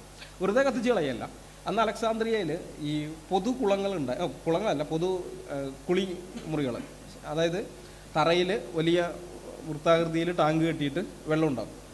ആ വെള്ളത്തിൻ്റെ ഇതിൽ വന്നിട്ട് അവിടെ നിന്ന് കുളിക്കുക, ആളുകളിങ്ങനെ കുളിക്കുകയാണ്. അപ്പോൾ അത് ഒരു ഇതിനകത്താണ്, കെട്ടിടത്തിനകത്തായിരിക്കും അത്. അപ്പോൾ ഈ വെള്ളം എപ്പോഴും നല്ല ചൂടായിരിക്കും, ചൂടുവെള്ളമാണ്, ചൂടുവെള്ളം കുളിക്കാനുള്ളത്. അപ്പോൾ അങ്ങനത്തെ ധാരാളം പൊതു കുളിമുറികൾ അത് ഉണ്ടായിരുന്നു. അപ്പോൾ ഇതിനെ വെള്ളം ചൂടാക്കാൻ വേണ്ടിയിട്ട് വിറകൊക്കെ കൊണ്ടുവന്നിട്ടാണ് കത്തിച്ചെപ്പോഴും വെള്ളം ചൂടാക്കിക്കൊണ്ടിരുന്നത്. അപ്പോൾ ഈ പുള്ളി പറഞ്ഞത് ഇത് കത്തിക്കാൻ, ഈ വെള്ളം ചൂടാക്കാൻ വേണ്ടിയിട്ട് ഈ പുസ്തകങ്ങൾ എടുത്തുവന്നാണ് പറഞ്ഞത്. ഈ ലൈബ്രറിയിൽ ലോകത്തിൻ്റെ പല ഭാഗങ്ങളിൽ നിന്നായി ശേഖരിച്ച ഈ വിജ്ഞാനത്തിൻ്റെ അക്ഷയഖനികളായ ഈ പുസ്തകങ്ങളുണ്ടല്ലോ, ആ പുസ്തകങ്ങൾ കത്തിച്ചിട്ടാണ് 6 മാസം പിടിച്ചു കത്തിത്തീരാൻ. 6 മാസം അവിടെയുള്ള ആളുകളും ഈ മുസ്ലിങ്ങളൊക്കെ കുളിച്ചുകൊണ്ടിരുന്നത്, കുളിക്കാനുള്ള വെള്ളം ചൂടാക്കിയതേ ഈ പുസ്തകങ്ങൾ കത്തിച്ചിട്ടാണ്. അപ്പോൾ ഇങ്ങനെയുള്ള ടീമുകളാണ്. എന്നിട്ടാണ് പാഠപുസ്തകത്തിൽ പറഞ്ഞിരിക്കുന്നത് ഇവരുടെ കീഴിൽ വിജ്ഞാനം അങ്ങ് വർദ്ധിച്ചു വന്നു. നിലവിലുണ്ടായിരുന്ന എല്ലാ വിജ്ഞാനങ്ങളെയും നശിപ്പിക്കുകയും ഇവർ ചെയ്തിട്ടുള്ളൂ. ഇതെല്ലാം ഖുർആനെതിരായിട്ട് വരുമെന്നുള്ളൊരു ഭയം അവരുടെ ഉള്ളിൽ, ഒരു ഇൻസെക്യൂരിറ്റി എപ്പോഴും ഉണ്ട്. ഇത് ഖുർആനെതിരാണോ എന്നുള്ളത്. ഇനി അവിടുത്തെ അലക്സാന്ദ്രിയയിലത്തെ കാര്യം വിട്ട് നമ്മുടെ ഇവിടുത്തെ ഇന്ത്യയിലേക്ക് വന്നു കഴിഞ്ഞാൽ നളന്തയിലും ഇതുപോലെ തന്നെ ഏതാണ്ട് 9 നില കെട്ടിടത്തിന് അവിടുത്തെ ലൈബ്രറി, നളന്ത ലൈബ്രറി എന്ന് പറയുന്നത് അത്രയും വലുതായിരുന്നു. 9 നില കെട്ടിടത്തിനകത്താണ് ഗ്രന്ഥങ്ങൾ ഉണ്ടായിരുന്നത്. ഇത് ആക്രമിച്ച് കീഴടക്കുന്നത് AD 1193 മുഹമ്മദ് ബിൻ ബക്തിയാർ ഖിൽജി എന്ന് പറയുന്ന മുസ്ലിമാണ്. അദ്ദേഹം അവിടെ ആക്രമിച്ച് ഇത് പിടിച്ചെടുത്ത് കഴിഞ്ഞിട്ട് അവിടെയുള്ള ബുദ്ധസന്യാസികളെല്ലാം കൊന്നു. അത് കഴിഞ്ഞതിന് ശേഷം ലൈബ്രറിക്ക് തീ കൊടുത്തു. മറ്റേ പുള്ളി ഇതുപോലെ കത്തിക്കാനൊന്നും ഉപയോഗിച്ചില്ല, വെള്ളം ചൂടാക്കാൻ വേണ്ടി കത്തിക്കുകയൊന്നല്ല, അങ്ങ് ചുട്ടുകളയുകയാണ് ചെയ്തത്. 3 മാസം നിന്ന് കത്തിയത്. 3 മാസം ആ പുസ്തകം മുഴുവൻ കത്തി തീരാൻ 3 മാസം എടുത്തു. അപ്പോൾ എത്ര പുസ്തകങ്ങൾ അവിടെ ഉണ്ടായിരുന്നു നിങ്ങളൊന്ന് ചിന്തിച്ച് നോക്കണം. ഇനി നളന്ത മാത്രമല്ല കേട്ടോ, ഇന്നത്തെ ബീഹാറിലും പശ്ചിമ ബംഗാളിലുമായിട്ട് ബുദ്ധിസ്റ്റുകൾക്ക് നളന്ത, പിന്നെ ഉദ്ദണ്ഡപുര, വിക്രമശില എന്നിങ്ങനെ 3 ഈ പഠന കേന്ദ്രങ്ങളുണ്ടായിരുന്നു. അവരുടെ കാര്യങ്ങളാണ് അതിലധികവും പഠിപ്പിച്ചിരുന്നത്. എന്നാൽ മറ്റുള്ളവർക്കും പുറമെയുള്ളവർക്കും വന്ന് പഠിക്കാം, എങ്കിലും അധികവും ബുദ്ധമതത്തിൻ്റെ കാര്യങ്ങളാണ് പഠിപ്പിച്ചിരുന്നത്. ഇത് 3 നശിപ്പിച്ചത് ഇതേ മുഹമ്മദ് ബിൻ ബക്തിയാർ ഖിൽജിയാണ്. അത് കഴിഞ്ഞ് ഇയാൾ ബീഹാറിലെ നുഡിയ എന്ന് പറയുന്ന സ്ഥലത്തേക്ക് ചെല്ലുന്നു. അവിടെ വേറൊരു ചെറിയ പഠനകേന്ദ്രമൊക്കെ ഉണ്ടായിരുന്നു. അതിനെ ആക്രമിച്ചതിനെ കുറിച്ച് അംബേദ്കർ പാകിസ്ഥാൻ അഥവാ ഇന്ത്യ വിഭജനം എന്ന ഗ്രന്ഥത്തിൽ എഴുതിയിട്ടുള്ളത് ഞാൻ വായിക്കാം. മുഹമ്മദ് ബക്തിയാർ ഖിൽജി ബീഹാർ ആക്രമിച്ചപ്പോൾ സംഭവിച്ചതുപോലെ ഹിന്ദുക്കളുടെ കൊല ഹൈന്ദവരുടെ തദ്ദേശീയ സംസ്കാരത്തിന് സാരമായ അപജയം വരുത്തിക്കൂട്ടിയ അവസരങ്ങൾ വിരളമായിരുന്നില്ല. അദ്ദേഹം നുഡിയ കീഴടക്കിയ സന്ദർഭത്തെപ്പറ്റി തബാക്കൊത്ത് ഇ സസീരി താഴെ പറയുന്ന വിവരങ്ങൾ നൽകുന്നു. തബാക്കൊത്ത് ഇ സസീരി എന്ന് പറയുന്നത് മുസ്ലിങ്ങൾ തന്നെ എഴുതിയിരിക്കുന്ന ചരിത്ര ഗ്രന്ഥമാണ്. അപ്പോൾ അതിൽ നിന്ന് അംബേദ്കർ അല്ല യഥാർത്ഥത്തിൽ അത് ഉദ്ധരിക്കുന്നത്. ഡോക്ടർ ടൈറ്റസ് എന്ന് പറയുന്ന ആൾ, അദ്ദേഹം ഇന്ത്യൻ ഇസ്ലാം എന്ന് പറയുന്നൊരു പുസ്തകം എഴുതിയിട്ടുണ്ട്. നെറ്റിൽ അത് കിട്ടും, സൗജന്യമായിട്ട് ഡൗൺലോഡ് ചെയ്തെടുക്കാം. ഇന്ത്യൻ ഇസ്ലാം. ആ ഇന്ത്യൻ ഇസ്ലാം എന്ന് പറയുന്ന പുസ്തകത്തിൽ ടൈറ്റസ് അതിൻ്റെ 22ാമത്തെ പേജിൽ എഴുതിയിരിക്കുന്ന അംബേദ്കർ ഉദ്ധരിക്കുകയാണ്. വമ്പിച്ച കൊള്ള മുതൽ ജേതാക്കൾക്ക് കരഗതമായി. അവിടെ വസിച്ചിരുന്നവരിൽ അധിക പേരും തല മുണ്ടനം ചെയ്ത ബ്രാഹ്മണരായിരുന്നു. അവർ കൊല ചെയ്യപ്പെട്ടു. വളരെയേറെ ഗ്രന്ഥങ്ങൾ കണ്ടുകിട്ടി. എന്നാൽ ആ കോട്ടയും നഗരവും മുഴുവൻ ഒരു പഠനകേന്ദ്രമായിരുന്നെങ്കിലും എല്ലാ പുരുഷന്മാരും വധിക്കപ്പെട്ടിരുന്നുകൊണ്ട് ആർക്കും ആ ഗ്രന്ഥങ്ങളുടെ ഉള്ളടക്കം വിശദീകരിക്കാൻ കഴിഞ്ഞില്ല. ഡോക്ടർ ടൈറ്റസ്, ഇന്ത്യൻ ഇസ്ലാം, പേജ് 22. അതിൽ നിന്ന് അംബേദ്കർ ഉദ്ധരിച്ചിരിക്കുന്നത് അംബേദ്കർ സമ്പൂർണ്ണ കൃതികൾ, വോളിയം 15, പാകിസ്ഥാൻ അഥവാ ഇന്ത്യ വിഭജനം, പേജ് 54. ആലോചിച്ച് നോക്കണം. പുസ്തകങ്ങൾ ധാരാളം കിട്ടി, പക്ഷെ വായിച്ചു നോക്കാൻ ആണുങ്ങളില്ല. നമ്മൾ മനസ്സിലാക്കേണ്ടത്, ഇവർ കുട്ടികളെ ചെറുപ്രായത്തിൽ തന്നെ അക്ഷരം പഠിപ്പിക്കും. ബ്രാഹ്മണർ അവർ പഠിപ്പിക്കുക ഏതാണ്ട് ഒരു 12 വയസ്സൊക്കെ ആകുമ്പോഴേക്കും സാധാരണഗതിയിൽ വായിക്കാൻ പറ്റുന്ന ലെവലിലെത്തുകയും ചെയ്യും. അപ്പോൾ വായിക്കാൻ ആണുങ്ങളും ആരും അവിടെ ഉണ്ടായില്ല എന്ന് പറഞ്ഞാൽ അതിൻ്റെ അർത്ഥം ഒരു 12 വയസ്സുള്ള കുഞ്ഞു പോലെ അവിടെ അവശേഷിച്ചില്ല, ഇവർ കൊന്നു കളഞ്ഞിരുന്നു എന്നാണ്. മനസ്സിലായോ? അപ്പം ഇങ്ങനെ നമ്മൾ പറയാനാണെങ്കിൽ ഇഷ്ടംപോലെ സംഭവങ്ങളുണ്ട്. എണ്ണി പറയാൻ ഓരോരോ രാജ്യത്തും ചെന്നിട്ട് അവരവിടെ ആക്രമിച്ച് കീഴടക്കി കഴിഞ്ഞ് കഴിഞ്ഞപ്പോൾ അവിടുത്തെ ആ വൈജ്ഞാനിക കേന്ദ്രങ്ങൾ തകർത്ത് ആ രാജ്യത്തെ നൂറ്റാണ്ടുകൾ പുറകോട്ടേക്ക് അടിച്ചതിൻ്റെ ചരിത്രം അത് നമ്മുടെ മുമ്പായി ഇങ്ങനെ എടുക്കുകയാണ്. ഈ വൈജ്ഞാനിക സമ്പത്തിൻ്റെ പൈതൃകം അത് അറബികൾക്ക് ഒരിക്കലും ഉണ്ടായിരുന്നില്ല. അതുകൊണ്ട് തന്നെ അവർക്ക് ഇതിൻ്റെ വില മനസ്സിലാക്കാൻ സാധിച്ചിരുന്നില്ല ആദ്യകാലത്തൊന്നും. ഇതിൻ്റെയൊക്കെ ആവശ്യം എന്താണെന്ന് അവർ ചിന്തിച്ചിരുന്നത്. കാരണം അവർക്കറിയില്ല. അവർ വന്ന പശ്ചാത്തലം എന്ന് പറയുന്നത് അതിജീവനത്തിന്, ഓരോ ദിവസവും മരിക്കാതെ ജീവൻ നിലനിർത്താൻ ആവശ്യമായ വിധത്തിൽ കാര്യങ്ങൾ ചെയ്യുക എന്നുള്ള അങ്ങനത്തെ ഒരു പശ്ചാത്തലത്തിൽ നിന്ന് അവർ വന്നത്. അതുകൊണ്ട് തന്നെ ഈ ഗ്രന്ഥങ്ങളുടെ പ്രയോജനം എന്താണ്? ഇതല്ലാതെ നമ്മുടെ ഓരോ ദിവസത്തെ അതിജീവനം മാത്രമല്ലാതെ മറ്റു കാര്യങ്ങൾക്ക് വേണ്ടി അതിനു വേണ്ടിയുള്ള അറിവ് ഇതിനെക്കുറിച്ചൊന്നും ഒരു ചിന്ത അവർക്കില്ല. അതുകൊണ്ടാണ് ഇവരിതെല്ലാം നശിപ്പിച്ചത്. അതുപോലെ പേർഷ്യ അല്ലെങ്കിൽ ഇറാൻ എന്ന് പറയുന്നത്, പേർഷ്യ എന്ന് പറയുന്ന ഒരു കാലത്ത് വൈജ്ഞാനിക സമ്പത്തിൻ്റെ ഒരു അക്ഷയഖനിയായിട്ട് തന്നെ നിന്നിരുന്നതാണ്. അവർക്ക് നല്ല അറിവുകളുണ്ടായിരുന്നു. അതുപോലെ ഇറാഖ്, കൽദയരുടെ നാട്, നമ്മൾ ദാനിയലിൻ്റെ പുസ്തകത്തിൽ വായിക്കുന്നുണ്ട്. കൽദയരുടെ വിദ്യ, കൽദയരുടെ ജ്ഞാനം എന്നൊക്കെയുള്ള വാക്കുകൾ നമ്മളവിടെ കാണുന്നുണ്ട്. ഇനി സിറിയയിലാണെങ്കിൽ ഡമാസ്കസും അതുപോലെ തന്നെ ഒരു നല്ല വൈജ്ഞാനിക കേന്ദ്രമായിരുന്നു. അപ്പോൾ ഇതൊക്കെ നശിപ്പിക്കപ്പെടുകയാണ്. ഇവർ വന്നതോടുകൂടി അതെല്ലാം നശിപ്പിച്ച് കളയാണ് ഇവർ ചെയ്തത്. 7-ാം നൂറ്റാണ്ടിലെ എഴുത്തും വായനയും അറിയാത്ത അപരിഷ്കൃതനായ ഒരാളെ മാതൃകാ പുരുഷനായി വെക്കേണ്ടി വന്നതിൻ്റെ ഗതികേടാണത്. കാരണം നേതാവിന് എഴുത്തും വായന അറിയില്ല. അങ്ങനെ വരുമ്പോൾ പിന്നെ സ്വാഭാവികമായിട്ട് എന്തായിരിക്കും? അണികളെ സംബന്ധിച്ച് എഴുത്തും വായനയ്ക്ക് അവർ വലിയ പ്രാധാന്യം കൊടുക്കുന്നില്ല. അതൊരു ആവശ്യമുള്ള സംഗതിയായിട്ട് അവർ പരിഗണിക്കുന്നില്ല.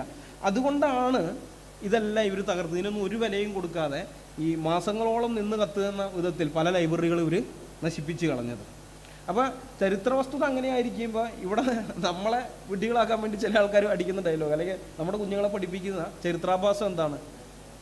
നിരവധി മുസ്ലിം ഭരണകൂടങ്ങൾ ഉയർന്നു വരികയും ഇവയുടെ കീഴിൽ നിരവധി വൈജ്ഞാനിക പുരോഗതികൾ ഉണ്ടാവുകയും ചെയ്തിട്ടുണ്ട്. നേരെ തിരിച്ചാണ്, ഉള്ള പുരോഗതി എല്ലാം ഇല്ലാതാക്കി കളഞ്ഞു. അതുവരെ ഉണ്ടായിരുന്ന എല്ലാ പുരോഗതിയും കളഞ്ഞിട്ട് സകല മനുഷ്യരെ 7-ാം നൂറ്റാണ്ടിലേക്ക് കൊണ്ടുപോയി. അത് നമ്മൾ ഇന്ന് അഫ്ഗാനിസ്ഥാനിൽ കണ്ടു, നമ്മുടെ കാലഘട്ടത്തിൽ നടന്നതാണ്. അഫ്ഗാനിസ്ഥാനിൽ എന്താണ് സംഭവിച്ചത് നമ്മളെല്ലാവരും കണ്ടതാണ്. തിരിച്ച് 7-ാം നൂറ്റാണ്ടിലേക്ക് കൊണ്ടുപോവുകയാണ്. അതേപോലെ അവിടെ കാർ ഓടിച്ചെന്നും പറഞ്ഞിട്ടാണ് 2 സ്ത്രീകളെ വെടിവെച്ച് വന്നത്. ഒരു സ്ത്രീ കാറിൽ കൂടെ ഇരിക്കുന്നു, ഒരു സ്ത്രീ ഓടിക്കുന്നു, വെടിവെച്ച് കൊന്നു കളഞ്ഞു. എന്തെന്തൊക്കെ കാര്യങ്ങൾ അവിടെ ചെയ്യുന്നത്. കാരണം അവരെ സംബന്ധിച്ച് അവരുടെ ഏറ്റവും ഉത്തമമായ ഇതെന്ന് പറയുന്നത് 7-ാം നൂറ്റാണ്ടിലെ ജീവിതമാണ്. ഇപ്പോൾ നമ്മൾ ആത്മീയ തലത്തിൽ നമ്മൾ പറയാറുണ്ട് 1-ാം നൂറ്റാണ്ടിലെ ക്രിസ്ത്യാനികളെ പോലെ നമ്മളാവണമെന്ന് പറയും. നമ്മളൊരിക്കലും ഭൗതിക സാഹചര്യം 1-ാം നൂറ്റാണ്ടിലേക്ക് പോകണമെന്നല്ല ആഗ്രഹിക്കുന്നത്. വിശ്വാസത്തിൻ്റെ തീക്ഷ്ണതയിൽ നമ്മൾ എന്ത് ചെയ്യണം? അങ്ങോട്ട് അതേ നമ്മൾ ആഗ്രഹിക്കുന്നുള്ളൂ, നമ്മൾ പറയുന്നുള്ളൂ. ഇവരെ സംബന്ധിച്ച് അങ്ങനെയല്ല, ഭൗതികമായിട്ടും ആത്മീയമായിട്ടും ആ കാലഘട്ടത്തിലേക്ക് മടങ്ങിപ്പോകണം. ഇതാണ് ഇവരാഗ്രഹിക്കുന്നത്. അതുകൊണ്ടാണ് ഇങ്ങനെയുള്ള ഈ കാര്യങ്ങൾ ചെയ്യുന്നത്. അപ്പോൾ ഈ നമ്മൾ പലപ്പോഴും നമ്മുടെയൊക്കെ ഇവിടുത്തെ ബുദ്ധിജീവികൾ പറയുന്ന ഒരു ഇതുണ്ട്, എപ്പോഴും പറയുന്നത് ഉത്തരേന്ത്യയിലെ വിദ്യാഭ്യാസ രംഗം കായുവൽക്കരിക്കപ്പെടുന്നു. അത് ശരിയാണ്, അതില്ലാതെ പറഞ്ഞില്ല. പക്ഷെ സ്വന്തം നാട്ടിലെ വിദ്യാഭ്യാസ രംഗം ജിഹാദിവൽക്കരിക്കപ്പെടുന്നത് ഇവർ കാണുന്നില്ല, അതിനെക്കുറിച്ച് ഒരക്ഷരം മിണ്ടുന്നില്ല. ഇനി അത് കഴിഞ്ഞിട്ട് പിന്നെ അവർ പറഞ്ഞത് അതിനകത്ത് നമ്മളിങ്ങനെയാണല്ലോ വായിക്കുന്നത്, മധ്യകാലഘട്ടത്തിൽ മുസ്ലിം ഭരണങ്ങൾക്ക് കീഴിലുണ്ടായിരുന്ന പണ്ഡിതന്മാരായിരുന്നു തങ്ങളുടെ പുസ്തകങ്ങളിലൂടെ യൂറോപ്പിന് നവോത്ഥാനത്തിൻ്റെ പാത കാണിച്ചു കൊടുത്തത്. പുരാതന ഗ്രീസിലെ ഏതൻസ് കേന്ദ്രീകരിച്ചുണ്ടായിരുന്ന വൈജ്ഞാനിക കേന്ദ്രത്തിലെ അറിവുകൾ മധ്യകാലഘട്ടത്തിൽ അറബി പണ്ഡിതന്മാരായിരുന്നു കൈകാര്യം ചെയ്യുന്നത്. പിന്നീട് ഇത് സ്പെയിനിലേക്കും അവിടെ നിന്ന് നെറ്റിയിലേക്കും എത്തുകയും വൈജ്ഞാനിക സംഭാവനകൾ നവോത്ഥാനത്തിന് തുടക്കം കുറിക്കുകയും ചെയ്തു. ഇങ്ങനെയാണ് അവർ പറഞ്ഞത്. ഇത് ഒന്നും കൂടി വിശദീകരിച്ച് പിന്നെ അതിൻ്റെ താഴെ അടുത്ത പാരഗ്രാഫല്ല, അത് കഴിഞ്ഞാൽ പിന്നെ അതിൻ്റെ താഴെയുള്ള പാരഗ്രാഫിൽ കൊടുത്തത്. അടുത്ത പാരഗ്രാഫ് ഫിലിപ്പ് കീറ്റി എന്ന് പറയുന്ന ചരിത്രകാരനെ ഉദ്ധരിക്കുന്നതാണ്. അത് കഴിഞ്ഞിട്ട് പിന്നെ പറയുന്നത് ഇങ്ങനെയാണ്: ജസ്റ്റീനിയൻ ചക്രവർത്തി ഏഥൻസിലെ വിജ്ഞാന കേന്ദ്രം അടച്ചുപൂട്ടുകയും പുരോഗമന ചിന്താഗതിക്കാരായ പണ്ഡിതന്മാരെ തടവിലാക്കുകയോ നാടുകടത്തുകയോ ചെയ്യുകയുമുണ്ടായി. നാടുകടത്തപ്പെട്ട ഗ്രീക്ക് പണ്ഡിതന്മാർ സിറിയയിലെത്തുകയും സിറിയയിലെ അരാമിക് ഭാഷയിലേക്ക് അവരുടെ അറിവുകൾ രേഖപ്പെടുത്തുകയും ചെയ്തു. അരാമിക് ഭാഷയിൽ നിന്ന് പ്രസ്തുത അറിവുകൾ ബാഗ്ദാദിലെ മധ്യകാലഘട്ടത്തിലുള്ള പ്രശസ്തമായ ബൈത്തുൽ ഹിക്മ എന്ന വിജ്ഞാന കേന്ദ്രത്തിൽ വെച്ച് അറബി പേർഷ്യൻ ഭാഷകളിലേക്ക് തർജ്ജമ ചെയ്യുകയും അറബി പണ്ഡിതന്മാർ തുടർ പഠനത്തിലൂടെ അവരുടേതായ അനുബന്ധങ്ങൾ ചേർത്തുകൊണ്ട് അതിനെ പരിപോഷിപ്പിക്കുകയും ചെയ്തു. പിന്നീടത് അറബി ഭാഷയിൽ നിന്ന് യൂറോപ്യൻ ഭാഷകളിലേക്ക്, പ്രത്യേകിച്ച് ലാറ്റിൻ ഭാഷയിലേക്ക് തർജ്ജമ ചെയ്യുകയും അവയിലൂടെ യൂറോപ്പിന് നവോത്ഥാനത്തിലേക്കും ആധുനികതയിലേക്കുമുള്ള വഴി തെളിക്കുകയും ഉണ്ടായി. ഇത്തരത്തിൽ ഗ്രീസിലെ പഴയ വിജ്ഞാനങ്ങൾ യൂറോപ്പിലേക്ക് രണ്ടാമതും തിരിച്ചെത്താൻ സഹായിച്ച മധ്യകാലഘട്ടത്തിലെ അറബി പണ്ഡിതന്മാരെ യൂറോപ്പിന് നവോത്ഥാനത്തിലേക്കുള്ള ദീപശിഖ ഏന്തിയവർ എന്നാണ് ചരിത്രം രേഖപ്പെടുത്തുന്നത്. വായിച്ചത് മനസ്സിലായല്ലോ. നവോത്ഥാനത്തിൻ്റെ ഒക്കെ ഉത്തരവാദി ആരാണ്? അറബി പണ്ഡിതന്മാരാണ്. അവരെ അവിടെ നിന്ന് യൂറോപ്പിലേക്ക് ഈ പുസ്തകങ്ങളൊക്കെ എത്തിച്ചപ്പോൾ, അതായത് ഇതൊക്കെ അറബികളുടെ അറിവാണെന്നല്ല ഇവരും പറയുന്നത്. അത് പ്രത്യേകം ശ്രദ്ധിക്കണം. ഗ്രീക്ക് ഭാഷയിലുണ്ടായിരുന്ന ഈ കൃതികൾ ഇതെന്ത് ചെയ്യുന്നു? സിറിയയിലേക്ക്, അവിടെ ഉണ്ടായിരുന്ന പണ്ഡിതന്മാർ സിറിയയിലേക്ക് വരുന്നു. സിറിയയിലേക്ക് വന്ന് അരാമിക് ഭാഷയിൽ ആ കൃതികൾ അല്ലെങ്കിൽ അവരുടെ അറിവുകളൊക്കെ അരാമിക് ഭാഷയിൽ രേഖപ്പെടുത്തുന്നു. അരാമിക്കിൽ നിന്ന് പിൽക്കാലത്ത് എന്ത് ചെയ്യുന്നു? അറബിയിലേക്കും പേർഷ്യയിലേക്കും ഇറാനിയൻ ഭാഷ പാഴ്സിയിലേക്കും ഇത് രണ്ടിലേക്കുമായിട്ട് ഇത് തർജ്ജമ ചെയ്യുന്നു. അത് കഴിഞ്ഞ് പിന്നെ ഇതേ അറിവുകൾ എന്ത് ചെയ്യുന്നു? ലാറ്റിനിലേക്കായിട്ട് വീണ്ടും യൂറോപ്പിലേക്ക് ചെല്ലുന്നു. അതായത് യൂറോപ്പിൽ ഈ സാധനം ആദ്യം ഉണ്ടായിരുന്ന സമയത്ത് നവോത്ഥാനം വന്നില്ല കേട്ടോ, നിങ്ങൾ ചിന്തിക്കണം. ഇതാദ്യം അവിടെ ഗ്രീക്കിലുണ്ടായിരുന്നല്ലോ, അന്നേരം അവർക്ക് നവോത്ഥാനത്തിനുള്ള ചിന്തയൊന്നും വന്നില്ല. അത് കഴിഞ്ഞ് പിന്നെ ആ സാധനം സിറിയയിലേക്ക് വന്ന ഒരു അരാമിക്ക് രേഖപ്പെടുത്തി കഴിഞ്ഞപ്പോൾ സിറിയയിലും നവോത്ഥാനം ഉണ്ടായില്ല. അത് കഴിഞ്ഞ് പിന്നെ അത് അറബി ഭാഷയിലേക്ക് തർജ്ജമ ചെയ്തു, പെർഷ്യൻ ഭാഷയിലേക്കും തർജ്ജമ ചെയ്തു. ഇറാനിലും നവോത്ഥാനം ഉണ്ടായില്ല, അറബികൾക്കിടയിലും നവോത്ഥാനം ഉണ്ടായില്ല.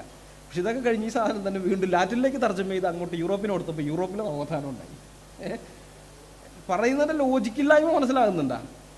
ഈ കൃതികൾ വായിച്ചിട്ടാണ് യൂറോപ്യൻ ജനത കണ്ണു തുറന്നത്, അവിടെ നവോത്ഥാനം ഉണ്ടായതെങ്കിൽ എന്തുകൊണ്ട് അതേ കൃതികൾ വായിച്ച ബാക്കിയുള്ളവർക്ക് അത് സംഭവിച്ചില്ല?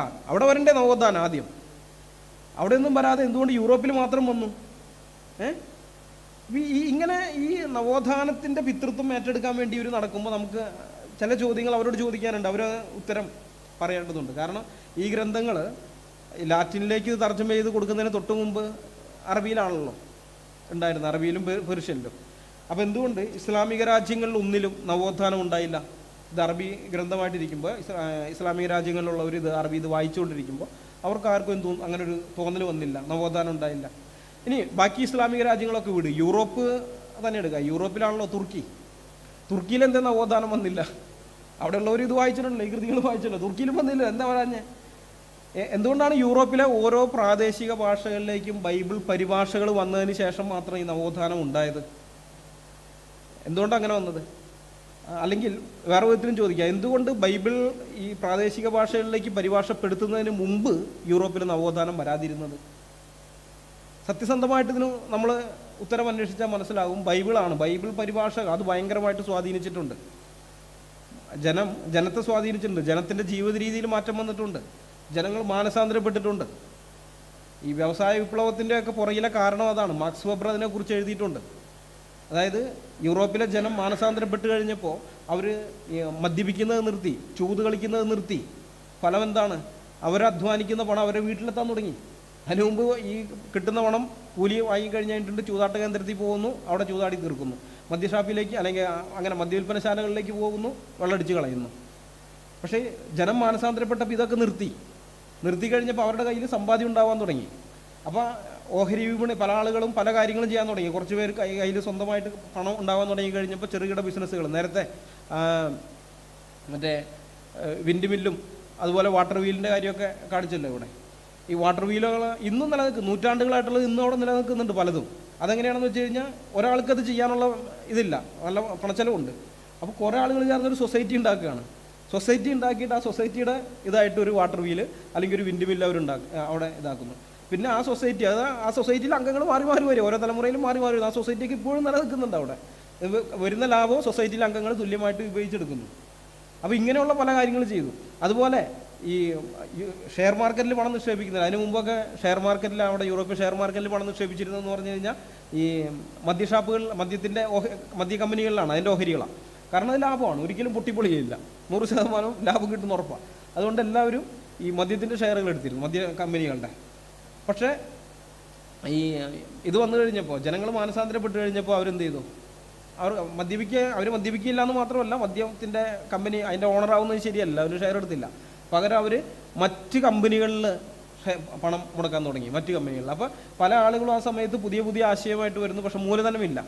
അവർ ഓഹരി വിപണിയിലേക്ക് ഇറങ്ങുമ്പോൾ അവരുടെ ഷെയർ എടുക്കാൻ അവർക്ക് വിപണിയിൽ നിന്ന് അവർക്ക് പണം കിട്ടുകയാണ്. അപ്പോൾ ഇതെല്ലാമൊക്കെയാണ് വ്യാവസായിക വിപ്ലവത്തിന് വഴിതെളിച്ചത്.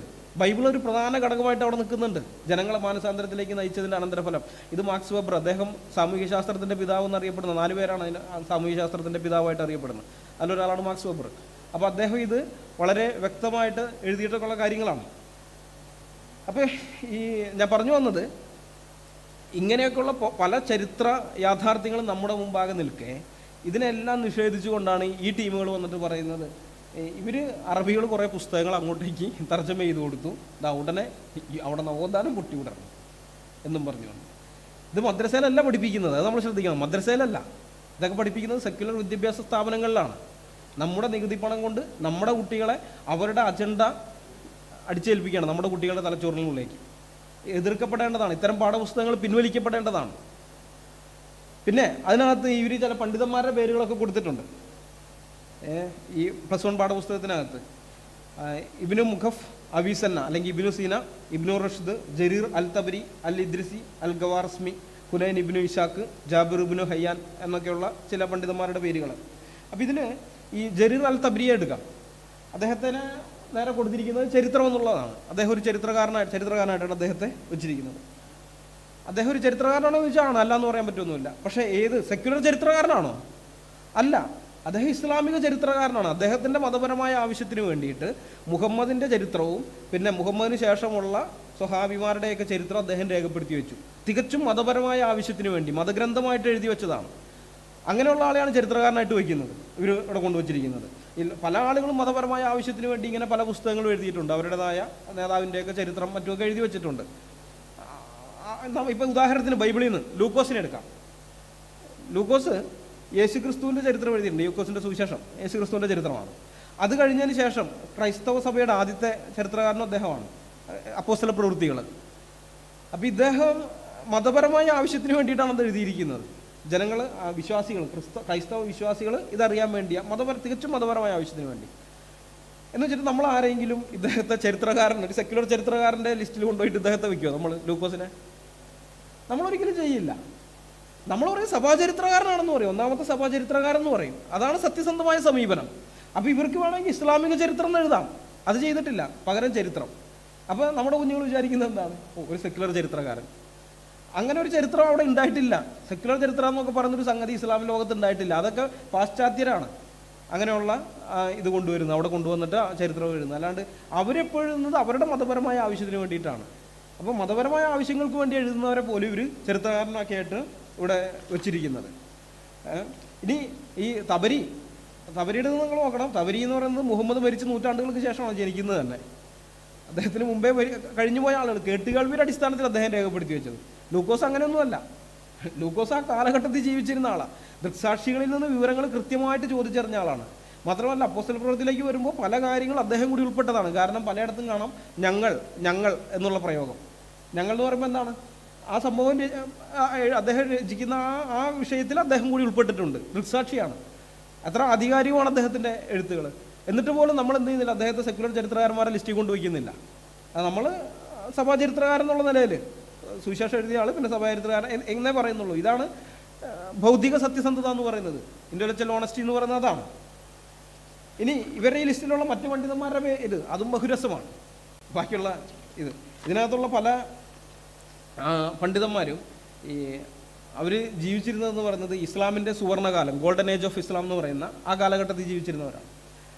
ആ ഗോൾഡൻ ഏജ് ഓഫ് ഇസ്ലാം എന്ന് പറയുന്നത് ഏതാണ്ട് AD 8-ാം നൂറ്റാണ്ട് മുതൽ 12-ാം നൂറ്റാണ്ട് വരെയുള്ള കാലഘട്ടമാണ്.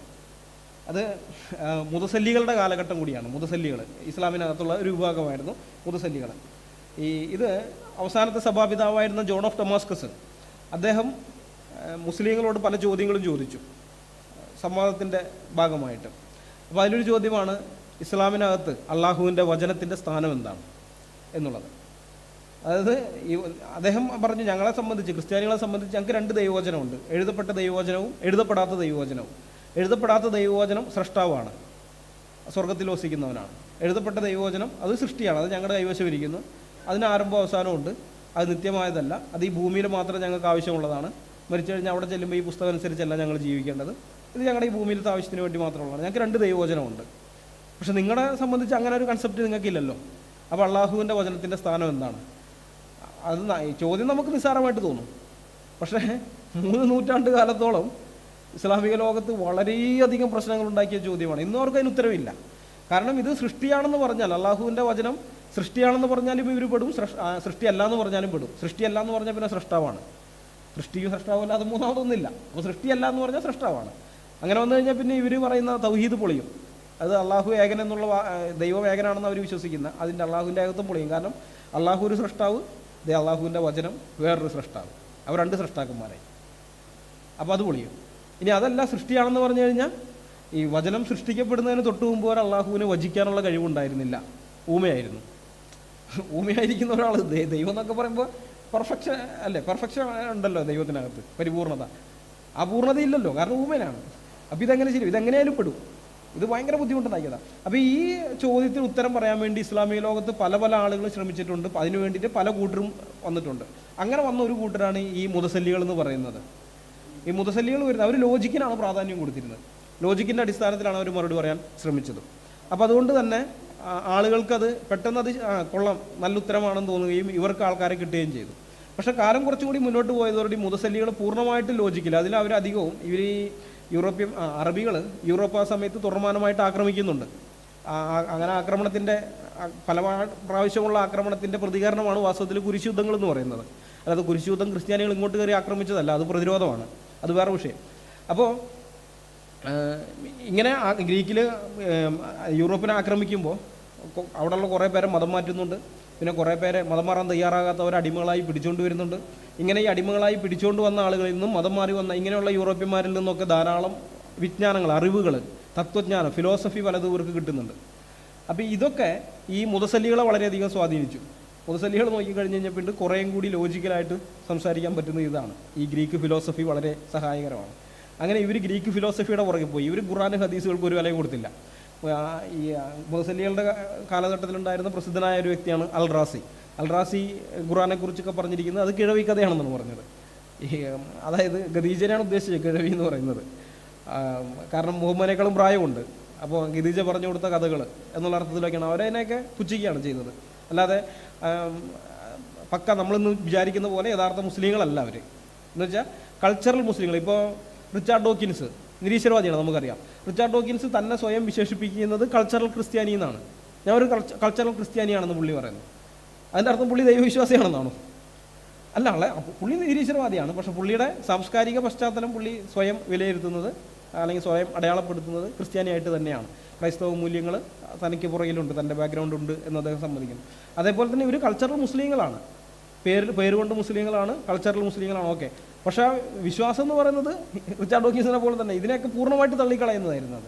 അപ്പോൾ അങ്ങനെ വന്നു കഴിഞ്ഞപ്പോൾ ആ ഒരു കാലഘട്ടം ഉണ്ടല്ലോ, അതായത് ഖുറാനെയും ഹദീസുകളെയും തള്ളി ഈ ഗ്രീക്ക് ഫിലോസഫിയുടെയൊക്കെ പുറകെ ഇവർ പോയി കഴിഞ്ഞ ആ ഒരു കാലഘട്ടം, ആ കാലഘട്ടത്തിൽ ഇസ്ലാമിക ലോകത്ത് നിന്ന് ധാരാളം പണ്ഡിതന്മാർ വരുന്നുണ്ട്. ഇബ്നു ഹൈതമിനെ പോലെ, അതുപോലെ ഒമർ ഖയ്യാമിനെ പോലെയുള്ള കവികൾ, അൽ ബിറൂനിനെ പോലെയുള്ള ചരിത്രകാരന്മാർ, ഇങ്ങനെയുള്ള പല ആളുകളും വരുന്നുണ്ട്. ഇവർ യഥാർത്ഥത്തിൽ അതായത് നമ്മളിന്ന് വിചാരിക്കുന്നത് പോലെയുള്ള അള്ളാഹുവിൻ്റെ ഏകത്വം വിശ്വസിച്ച്, ഖുറാൻ്റെ ദൈവികത വിശ്വസിച്ച്, മുഹമ്മദിൻ്റെ പ്രവാചകത്വം വിശ്വസിച്ച് നടക്കുന്ന ആളുകളെ ആയിരുന്നില്ല. അവർ ഗ്രീക്ക് ഫിലോസഫീനെയാണ് എപ്പോഴും പിന്തുടർന്നുകൊണ്ടിരുന്നത്. അപ്പോൾ അങ്ങനെയുള്ള ആ ഒരു കാലഘട്ടം, ഇതിനെയാണ് ഗോൾഡൻ ഏജ്, ഇസ്ലാമിൻ്റെ ഗോൾഡൻ ഏജ് എന്ന് പറയുന്നത്. അപ്പോൾ ഈ കാലഘട്ടത്തിൽ നമ്മൾ നോക്കുമ്പോൾ 11-ാം നൂറ്റാണ്ടിൻ്റെ അവസാനമാകുമ്പോൾ ഒരു വ്യക്തി വരികയാണ്, ഇമാം അൽ ഗസാലി വന്നിട്ട് ഇദ്ദേഹം എന്ത് ചെയ്യുന്നു? അദ്ദേഹം അന്നത്തെ ഭരണാധികാരികളെയൊക്കെ ബോധ്യപ്പെടുത്തി, ജനങ്ങളെയും ബോധ്യപ്പെടുത്തി, ധാരാളം എഴുതുകയൊക്കെ ചെയ്തിട്ടുണ്ട്. അദ്ദേഹം നമ്മളിങ്ങനെയല്ല പോകേണ്ടത്, ഗ്രീക്ക് ഫിലോസഫിയൊന്നുമല്ല നമ്മുടെ വിശ്വാസത്തിന് ആധാരമായിരിക്കേണ്ടത്. നമ്മൾ മുഹമ്മദിൻ്റെ സുന്ന പിൻപറ്റണം, അള്ളാഹുവിൻ്റെ കൽപ്പന, അള്ളാഹുവിൻ്റെ വചനം, ഖുറാനും ഹദീസുകളും നമ്മൾ പിൻപറ്റണം. എന്നിട്ട് ഒറിജിനൽ മുസ്ലിങ്ങളാകണം, ഹിജ്റ 1-ാം നൂറ്റാണ്ടിലെ മുസ്ലിങ്ങളെപ്പോലെ നമ്മൾ തിരിച്ചു പോകണം എന്ന് പറഞ്ഞുകൊണ്ട് ഇദ്ദേഹം പ്രബോധനം ആരംഭിക്കുകയാണ്. അപ്പോൾ ഈ പ്രബോധനം ഫലത്തിൽ ഇദ്ദേഹം ശക്തമായിട്ട് പോരാടി ഇവർക്കെതിരെ, ഈ മുതസല്ലികൾക്കെതിരെ. അങ്ങനെ ഈ ഗ്രീക്ക് ഫിലോസഫിയുടെ കയ്യിൽ നിന്ന് ഇസ്ലാമിനെ അദ്ദേഹം മോചിപ്പിച്ചിട്ട് എന്ത് ചെയ്തു? വീണ്ടും പഴയ ആ തൊഴുത്തി കൊണ്ട് കെട്ടി, 7-ാം നൂറ്റാണ്ടിലെ ആ തൊഴുത്തി കൊണ്ട് കെട്ടി. അതോടുകൂടി ഇസ്ലാമിൻ്റെ സുവർണ്ണകാലം അവസാനിച്ചു. പിന്നെ ഇസ്ലാമിൽ നിന്ന് എന്തുണ്ടായിട്ടില്ല? ശാസ്ത്രജ്ഞന്മാരോ ഇങ്ങനെ പറയുന്ന ഒരു സംഗതിയും പിന്നെ വന്നിട്ടില്ല.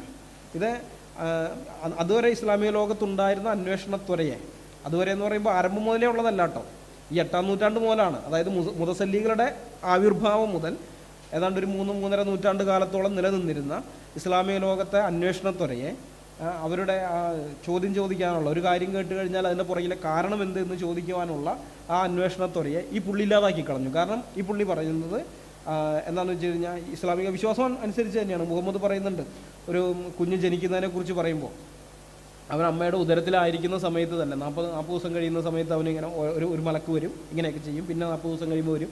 എന്നിട്ട് ഇതൊക്കെ എഴുതി വയ്ക്കും. ഇവന് എന്തായിരിക്കും, ഇവ എത്ര വയസ്സ് വരെ ജീവിക്കും, ഇവൻ വിജയിയാണോ അതോ പരാജിതനാണോ ജീവിതത്തിൽ, ഇവൻ അള്ളാഹുവിലേക്ക് വരുമോ അല്ല അള്ളാഹുവിനെ വിട്ടുപോകും, ഇതൊക്കെ എഴുതി വയ്ക്കും. ഇത് ആദ്യമേ എഴുതി വെച്ചിട്ട് ഈ എഴുതി വെച്ചതനുസരിച്ചാണ് പിന്നെ ഇവൻ്റെ ജീവിതം. മനസ്സിലായ? അള്ളാഹു മുമ്പേ കുറിച്ച് വെച്ചിരിക്കുകയാണ് ഇതിങ്ങനെ തന്നെ, പിന്നെ അതനുസരിച്ച് അവന് ജീവിക്കാൻ പറ്റും, അതിന് മാറിപ്പോകാൻ പറ്റില്ല. ഇതാണ് മുഹമ്മദ് പഠിപ്പിച്ചിരിക്കുന്നത്. അങ്ങനെ പഠിപ്പിച്ചിരിക്കുന്നതുകൊണ്ട് ഇമാം ഗസാലി അത് തന്നെ പറഞ്ഞു, നമ്മൾ ചോദ്യം ചോദിക്കുന്നതിൽ യാതൊരു കാര്യവുമില്ല. കാരണം ഓൾറെഡി എല്ലാം ഫിക്സ് ആക്കി വെച്ചിരിക്കുകയല്ലേ. പിന്നെ നമ്മൾ ചോദ്യം ചോദിച്ച് അതിനെ മാറ്റാൻ ശ്രമിച്ചിട്ട് എന്ത് കാര്യം? അത് ശരിയല്ല, അത് തെറ്റായ കാര്യമാണെന്നൊക്കെ പറഞ്ഞുകൊണ്ട് ഈ വ്യക്തി ശക്തമായിട്ടുള്ളൊരു പ്രബോധനം നടത്തുകയും ജനങ്ങളെ ആകർഷകരാകുകയും ഭരണാധികാരികളെ തൻ്റെ കൂടെ കൂട്ടുകയും അവരെ ഉപയോഗിച്ച് മുതസല്ലികളെ ഉന്മൂലനാശം ചെയ്യുകയും ചെയ്തു. അങ്ങനെ ആ കാലത്തോടുകൂടെ ഇവരുടെ അകത്തുള്ള ഇത്തിരിയെങ്കിലും ഒരു അന്വേഷണത്തോടെ ഉണ്ടായിരുന്ന ഒരു വിഭാഗം അത് ഇല്ലാതാവുകയും ചെയ്തു. അപ്പോൾ ഈ കാലഘട്ടം നമ്മൾ നോക്കണം, 12-ാം നൂറ്റാണ്ടിലാണ്. 14-ാം നൂറ്റാണ്ടിൻ്റെ അവസാനത്തോടുകൂടി വരുന്നു. 12-ാം നൂറ്റാണ്ടിനുള്ള മുതസല്ലികൾ ഇല്ലാതാകുന്നു. ഇസ്ലാം വീണ്ടും ഇരുളടഞ്ഞ ഇതിലേക്ക് തിരിച്ചു പോകുന്നു. എന്നാൽ യൂറോപ്പിലൊക്കെ ഈ സമയത്ത് 12-ാം നൂറ്റാണ്ട് മുതൽ എന്ത് ചെയ്യാണ്? മോഡേൺ സയൻസിന് അടിത്തറയാണ്. മനസ്സിലായ? അവിടെ ആധുനിക ശാസ്ത്രം, ഇന്ന് നമ്മൾ കാണുന്ന ആധുനിക ശാസ്ത്രത്തിൻ്റെ അടിത്തറ അവിടെയുള്ള പല അച്ഛന്മാരും, പല കർദിനാൾമാരും, ബിഷപ്പുമാർ, അങ്ങനെയുള്ള പല ആളുകളും, പിന്നെ അൽമാരി തന്നെ പല ആളുകൾ, ഇങ്ങനെയൊക്കെ പല ആളുകളും അവിടെ ആ സമയത്ത് പുതിയ കാര്യങ്ങൾ ആലോചിക്കുന്നു, കണ്ടുപിടിക്കുന്നു, ചിന്തിക്കുന്നു, ഇങ്ങനെയുള്ള ഇതൊക്കെ ആയിട്ട് ആ കാലഘട്ടത്തിൽ തന്നെ അവിടെ യൂണിവേഴ്സിറ്റികളൊക്കെ വരുന്നുണ്ട്. ഓക്സ്ഫോർഡ് യൂണിവേഴ്സിറ്റിയും കേംബ്രിഡ്ജ് യൂണിവേഴ്സിറ്റിയും പിന്നെ പാരീസ് യൂണിവേഴ്സിറ്റി ഇങ്ങനെയൊക്കെയുള്ള അതെല്ലാം അവിടെ വരികയാണ് ആ കാലഘട്ടത്തിൽ. ആ സമയത്ത് ഇപ്പുറത്ത് എന്താണ്, ഇത് ഇരുളടഞ്ഞ് 7-ാം നൂറ്റാണ്ടിലേക്ക് കൊണ്ടുപോവുകയാണ്. എന്നിട്ട് പറയുകയാണ് ഇവരാണ് അവിടെ നവോത്ഥാനം ഉണ്ടാക്കിയത്, അതിൻ്റെ അവകാശികളെന്ന്. അപ്പോൾ ഇത്തരം ചരിത്രാഭാസങ്ങൾ നമ്മുടെ കുഞ്ഞുങ്ങളെ പഠിപ്പിക്കുമ്പോൾ അത് നമ്മുടെ നികുതി പണം എടുത്തിട്ടാണെന്ന് പറയുന്നത്. ഒരു മദ്രസയിലല്ല പഠിപ്പിക്കുന്നത്. മദ്രസയിൽ നമ്മുടെയൊക്കെ കുറേ പൈസ അങ്ങോട്ട് അധ്യാപകർക്ക് പോകുന്നുണ്ട്, അതവിടെ കിട്ടെ. ഇതങ്ങനെയല്ല, സെക്യുലർ വിദ്യാഭ്യാസ മേഖലയിലാണ് ഇത് പഠിപ്പിക്കുന്നതെന്ന് ഓർക്കണം. ഇത്തരം കാര്യങ്ങൾ ഇതൊന്നും ഒരു വിധത്തിലും ചരിത്രത്തോട് നീതി പുലർത്തുന്നതല്ല, ചരിത്ര സത്യമല്ല, ഒരു വിധത്തിലും അംഗീകരിക്കാൻ പറ്റുന്ന കാര്യങ്ങളുമല്ല. വൈജ്ഞാനിക രംഗത്ത് ഭയങ്കര മെച്ചമുണ്ടായി എന്നൊക്കെ പറയുന്നത് വാസ്തവത്തിൽ ഉണ്ടായിരുന്ന എല്ലാ വിജ്ഞാനങ്ങളെയും നശിപ്പിക്കുകയാണ് ചെയ്തിട്ടുള്ളത്. എല്ലാത്തിനെയും നശിപ്പിച്ച് ആ പ്രദേശത്തെ അല്ലെങ്കിൽ അവിടുത്തെ ജനതയെ, അവിടെ അവർക്കുണ്ടായിരുന്നതായ എല്ലാ അറിവുകളും പൂർണ്ണമായിട്ട് ഇല്ലാതാക്കി കളഞ്ഞു. നമ്മൾ അലക്സാണ്ടറെ കുറിച്ച്, അതുപോലെ നെപ്പോളിയൻ, ഇങ്ങനെയുള്ളവരെയൊക്കെ നോക്കിക്കഴിഞ്ഞാൽ ഒരു കാര്യം കാണാം. അവരിതുപോലെ ആക്രമിച്ചിട്ട് ഓരോ പ്രദേശമൊക്കെ കീഴടക്കിയ സമയത്ത് അവിടെയുള്ള വിജ്ഞാനങ്ങൾ ശേഖരിച്ച് അത് ഉപയോഗിക്കുകയാണ് ചെയ്തിട്ടുള്ളത്. ഇപ്പം ഒരു പ്രദേശത്ത് ചെല്ലുമ്പോൾ അവിടുത്തെ നാട്ടുവൈദ്യം, അലക്സാണ്ടറൊക്കെ ചെയ്തത്, അവിടെ അടുത്തുള്ള നാട്ടുവൈദ്യന്മാരെയൊക്കെ വിളിച്ചുകൊണ്ട് വരും. എന്നിട്ട് അവരുടെ കയ്യിലുള്ള അറിവുകൾ, ആ വൈദ്യശാസ്ത്രപരമായ അറിവ് എടുക്കും. കാരണം എന്ന് വെച്ച് കഴിഞ്ഞാൽ ഈ പട്ടാളക്കാർക്ക് മുറിവേറ്റ് കഴിഞ്ഞാൽ എങ്ങനെ ഏത് ആളുകളുടെ അറിവാണ് നല്ലതെന്ന് പറയാൻ പറ്റില്ല. അപ്പോൾ ഇതുവരെ അവർക്ക് അറിയാവുന്നതിനേക്കാളും നല്ല എന്തെങ്കിലും ഉണ്ടല്ലോ, പെട്ടെന്ന് മുറിവുണക്കാൻ പറ്റുന്ന മരുന്നുണ്ടെങ്കിൽ അത് ഉപകാരപ്പെടും. അപ്പോൾ അങ്ങനെ ഓരോരോ സംഗതികൾ. അതുപോലെ തന്നെ അവിടുത്തെ നിർമ്മാണ പ്രവർത്തകരെയൊക്കെ, കാരണം പട്ടാളക്കാർക്ക് വേണ്ടിയിട്ട് ഇപ്പോഴും അത് നമുക്കറിയാം, പട്ടാളത്തിൽ എഞ്ചിനീയർമാരൊക്കെ ഉണ്ട്, പാലം പണിയാനും മറ്റ് നിർമ്മാണ പ്രവർത്തനങ്ങളൊക്കെ. അപ്പോൾ അവർക്ക് ടെൻറ്റ് കെട്ടാനും മറ്റു കാര്യങ്ങളും അങ്ങനെയൊക്കെയുള്ള കാര്യങ്ങൾക്കൊക്കെ ആയിട്ട് ഓരോരോ അറിവുകളും അവർ എടുക്കുകയാണ് ചെയ്തത്. ഈ നെപ്പോളിയനും ഇതുപോലെ തന്നെ ചെയ്തു. നെപ്പോളിയനൊക്കെയാണ് ശരിക്കും ഈ ആർക്കിയോളജിയുടെ ഇതെന്ന് പറയുന്നത് നെപ്പോളിയനാണ്. ആ പുള്ളിയുടെ കൂടെയുള്ളവരൊക്കെയാണ് ഈ ഈജിപ്റ്റ്, ആ പ്രദേശമൊക്കെ ഇവരുടെ കീഴിലേക്ക് വരുന്ന സമയത്ത് അവിടെയൊക്കെ പോയിട്ട് പല കാര്യങ്ങൾ കണ്ടുപിടിക്കുന്നത്, പുരാതനമായ പല കാര്യങ്ങൾ കണ്ടുപിടിക്കുകയും കുഴിക്കാൻ തുടങ്ങുകയൊക്കെ ചെയ്യുന്നത്. അങ്ങനെയാണ് ഈ ആധുനിക അല്ലെങ്കിൽ ഇന്നത്തെ നമ്മുടെ പുരാവസ്തു ഇതിൻ്റെയൊക്കെ ആരംഭം എന്ന് പറയുന്നത്. അപ്പോൾ ഈ കൂട്ടരെല്ലാം ഇങ്ങനെ ചെയ്തിട്ടുള്ളത്. പക്ഷേ ഇസ്ലാം മാത്രം നേരെ തിരിച്ചാണ്. കാരണം ഇവർക്ക് ഉള്ളിൻ്റെ ഉള്ളൊരു ഭയമുണ്ട്, ഖുർആൻ എതിരായിട്ടായിരിക്കുമോ ഇതിനകത്തുള്ളത്, ഖുർആൻ എതിരാണ്. ഈ ഇൻസെക്യൂരിറ്റി അത് ഏത് കാലഘട്ടത്തിലുണ്ട്, ഇപ്പോഴും ഉണ്ട്. അതുകൊണ്ടാണ് എല്ലായിടത്തും അവർ പ്രശ്നക്കാരായിട്ട് നിൽക്കുന്നത്. അവരുടെ ഉള്ളിലുള്ള ആ ഒരു സുരക്ഷിതത്വമില്ലായ്മ എപ്പോഴും ഒരു ശത്രുതാ മനോഭാവത്തോടുകൂടി ഇടപെടാൻ. കാരണം വരുന്ന ഓരോരുത്തരും തൻ്റെ ശത്രുവാണെന്നുള്ളൊരു ചിന്തയിലാണ് നിൽക്കുന്നത്, തൻ്റെ മതത്തെ തകർക്കാൻ വരുന്നവനാണെന്നുള്ള ചിന്തയില്ല. അപ്പോൾ ഇത് ആദ്യം മുതലേ ഉള്ളതാണ്. അപ്പോൾ ഇങ്ങനെയൊക്കെ വസ്തുതകൾ ഇങ്ങനെയായിരിക്കെ ഇതിനെയെല്ലാം നിഷേധിച്ചുകൊണ്ടാണ് ഈ നമ്മുടെയൊക്കെ പാഠപുസ്തകത്തിൽ ഈ കാര്യങ്ങൾ ഇങ്ങനെ പറഞ്ഞു വച്ചിരിക്കുന്നത്. ഇതൊക്കെ പഠിച്ചു വളരുന്ന നമ്മുടെ കുഞ്ഞുങ്ങൾ എന്താണ് ചിന്തിക്കുക? കാരണം +1 എന്നൊക്കെ പറയുമ്പോൾ 10-16 വയസ്സുള്ളൂ. അവർ വലിയ ഗ്രന്ഥങ്ങളൊന്നും വായിച്ച് നല്ല അറിവുകളൊന്നും നേടിയിട്ടൊന്നുമില്ല. ഈ പിള്ളേരൊക്കെ വിചാരിക്കുന്നു, ഇസ്ലാം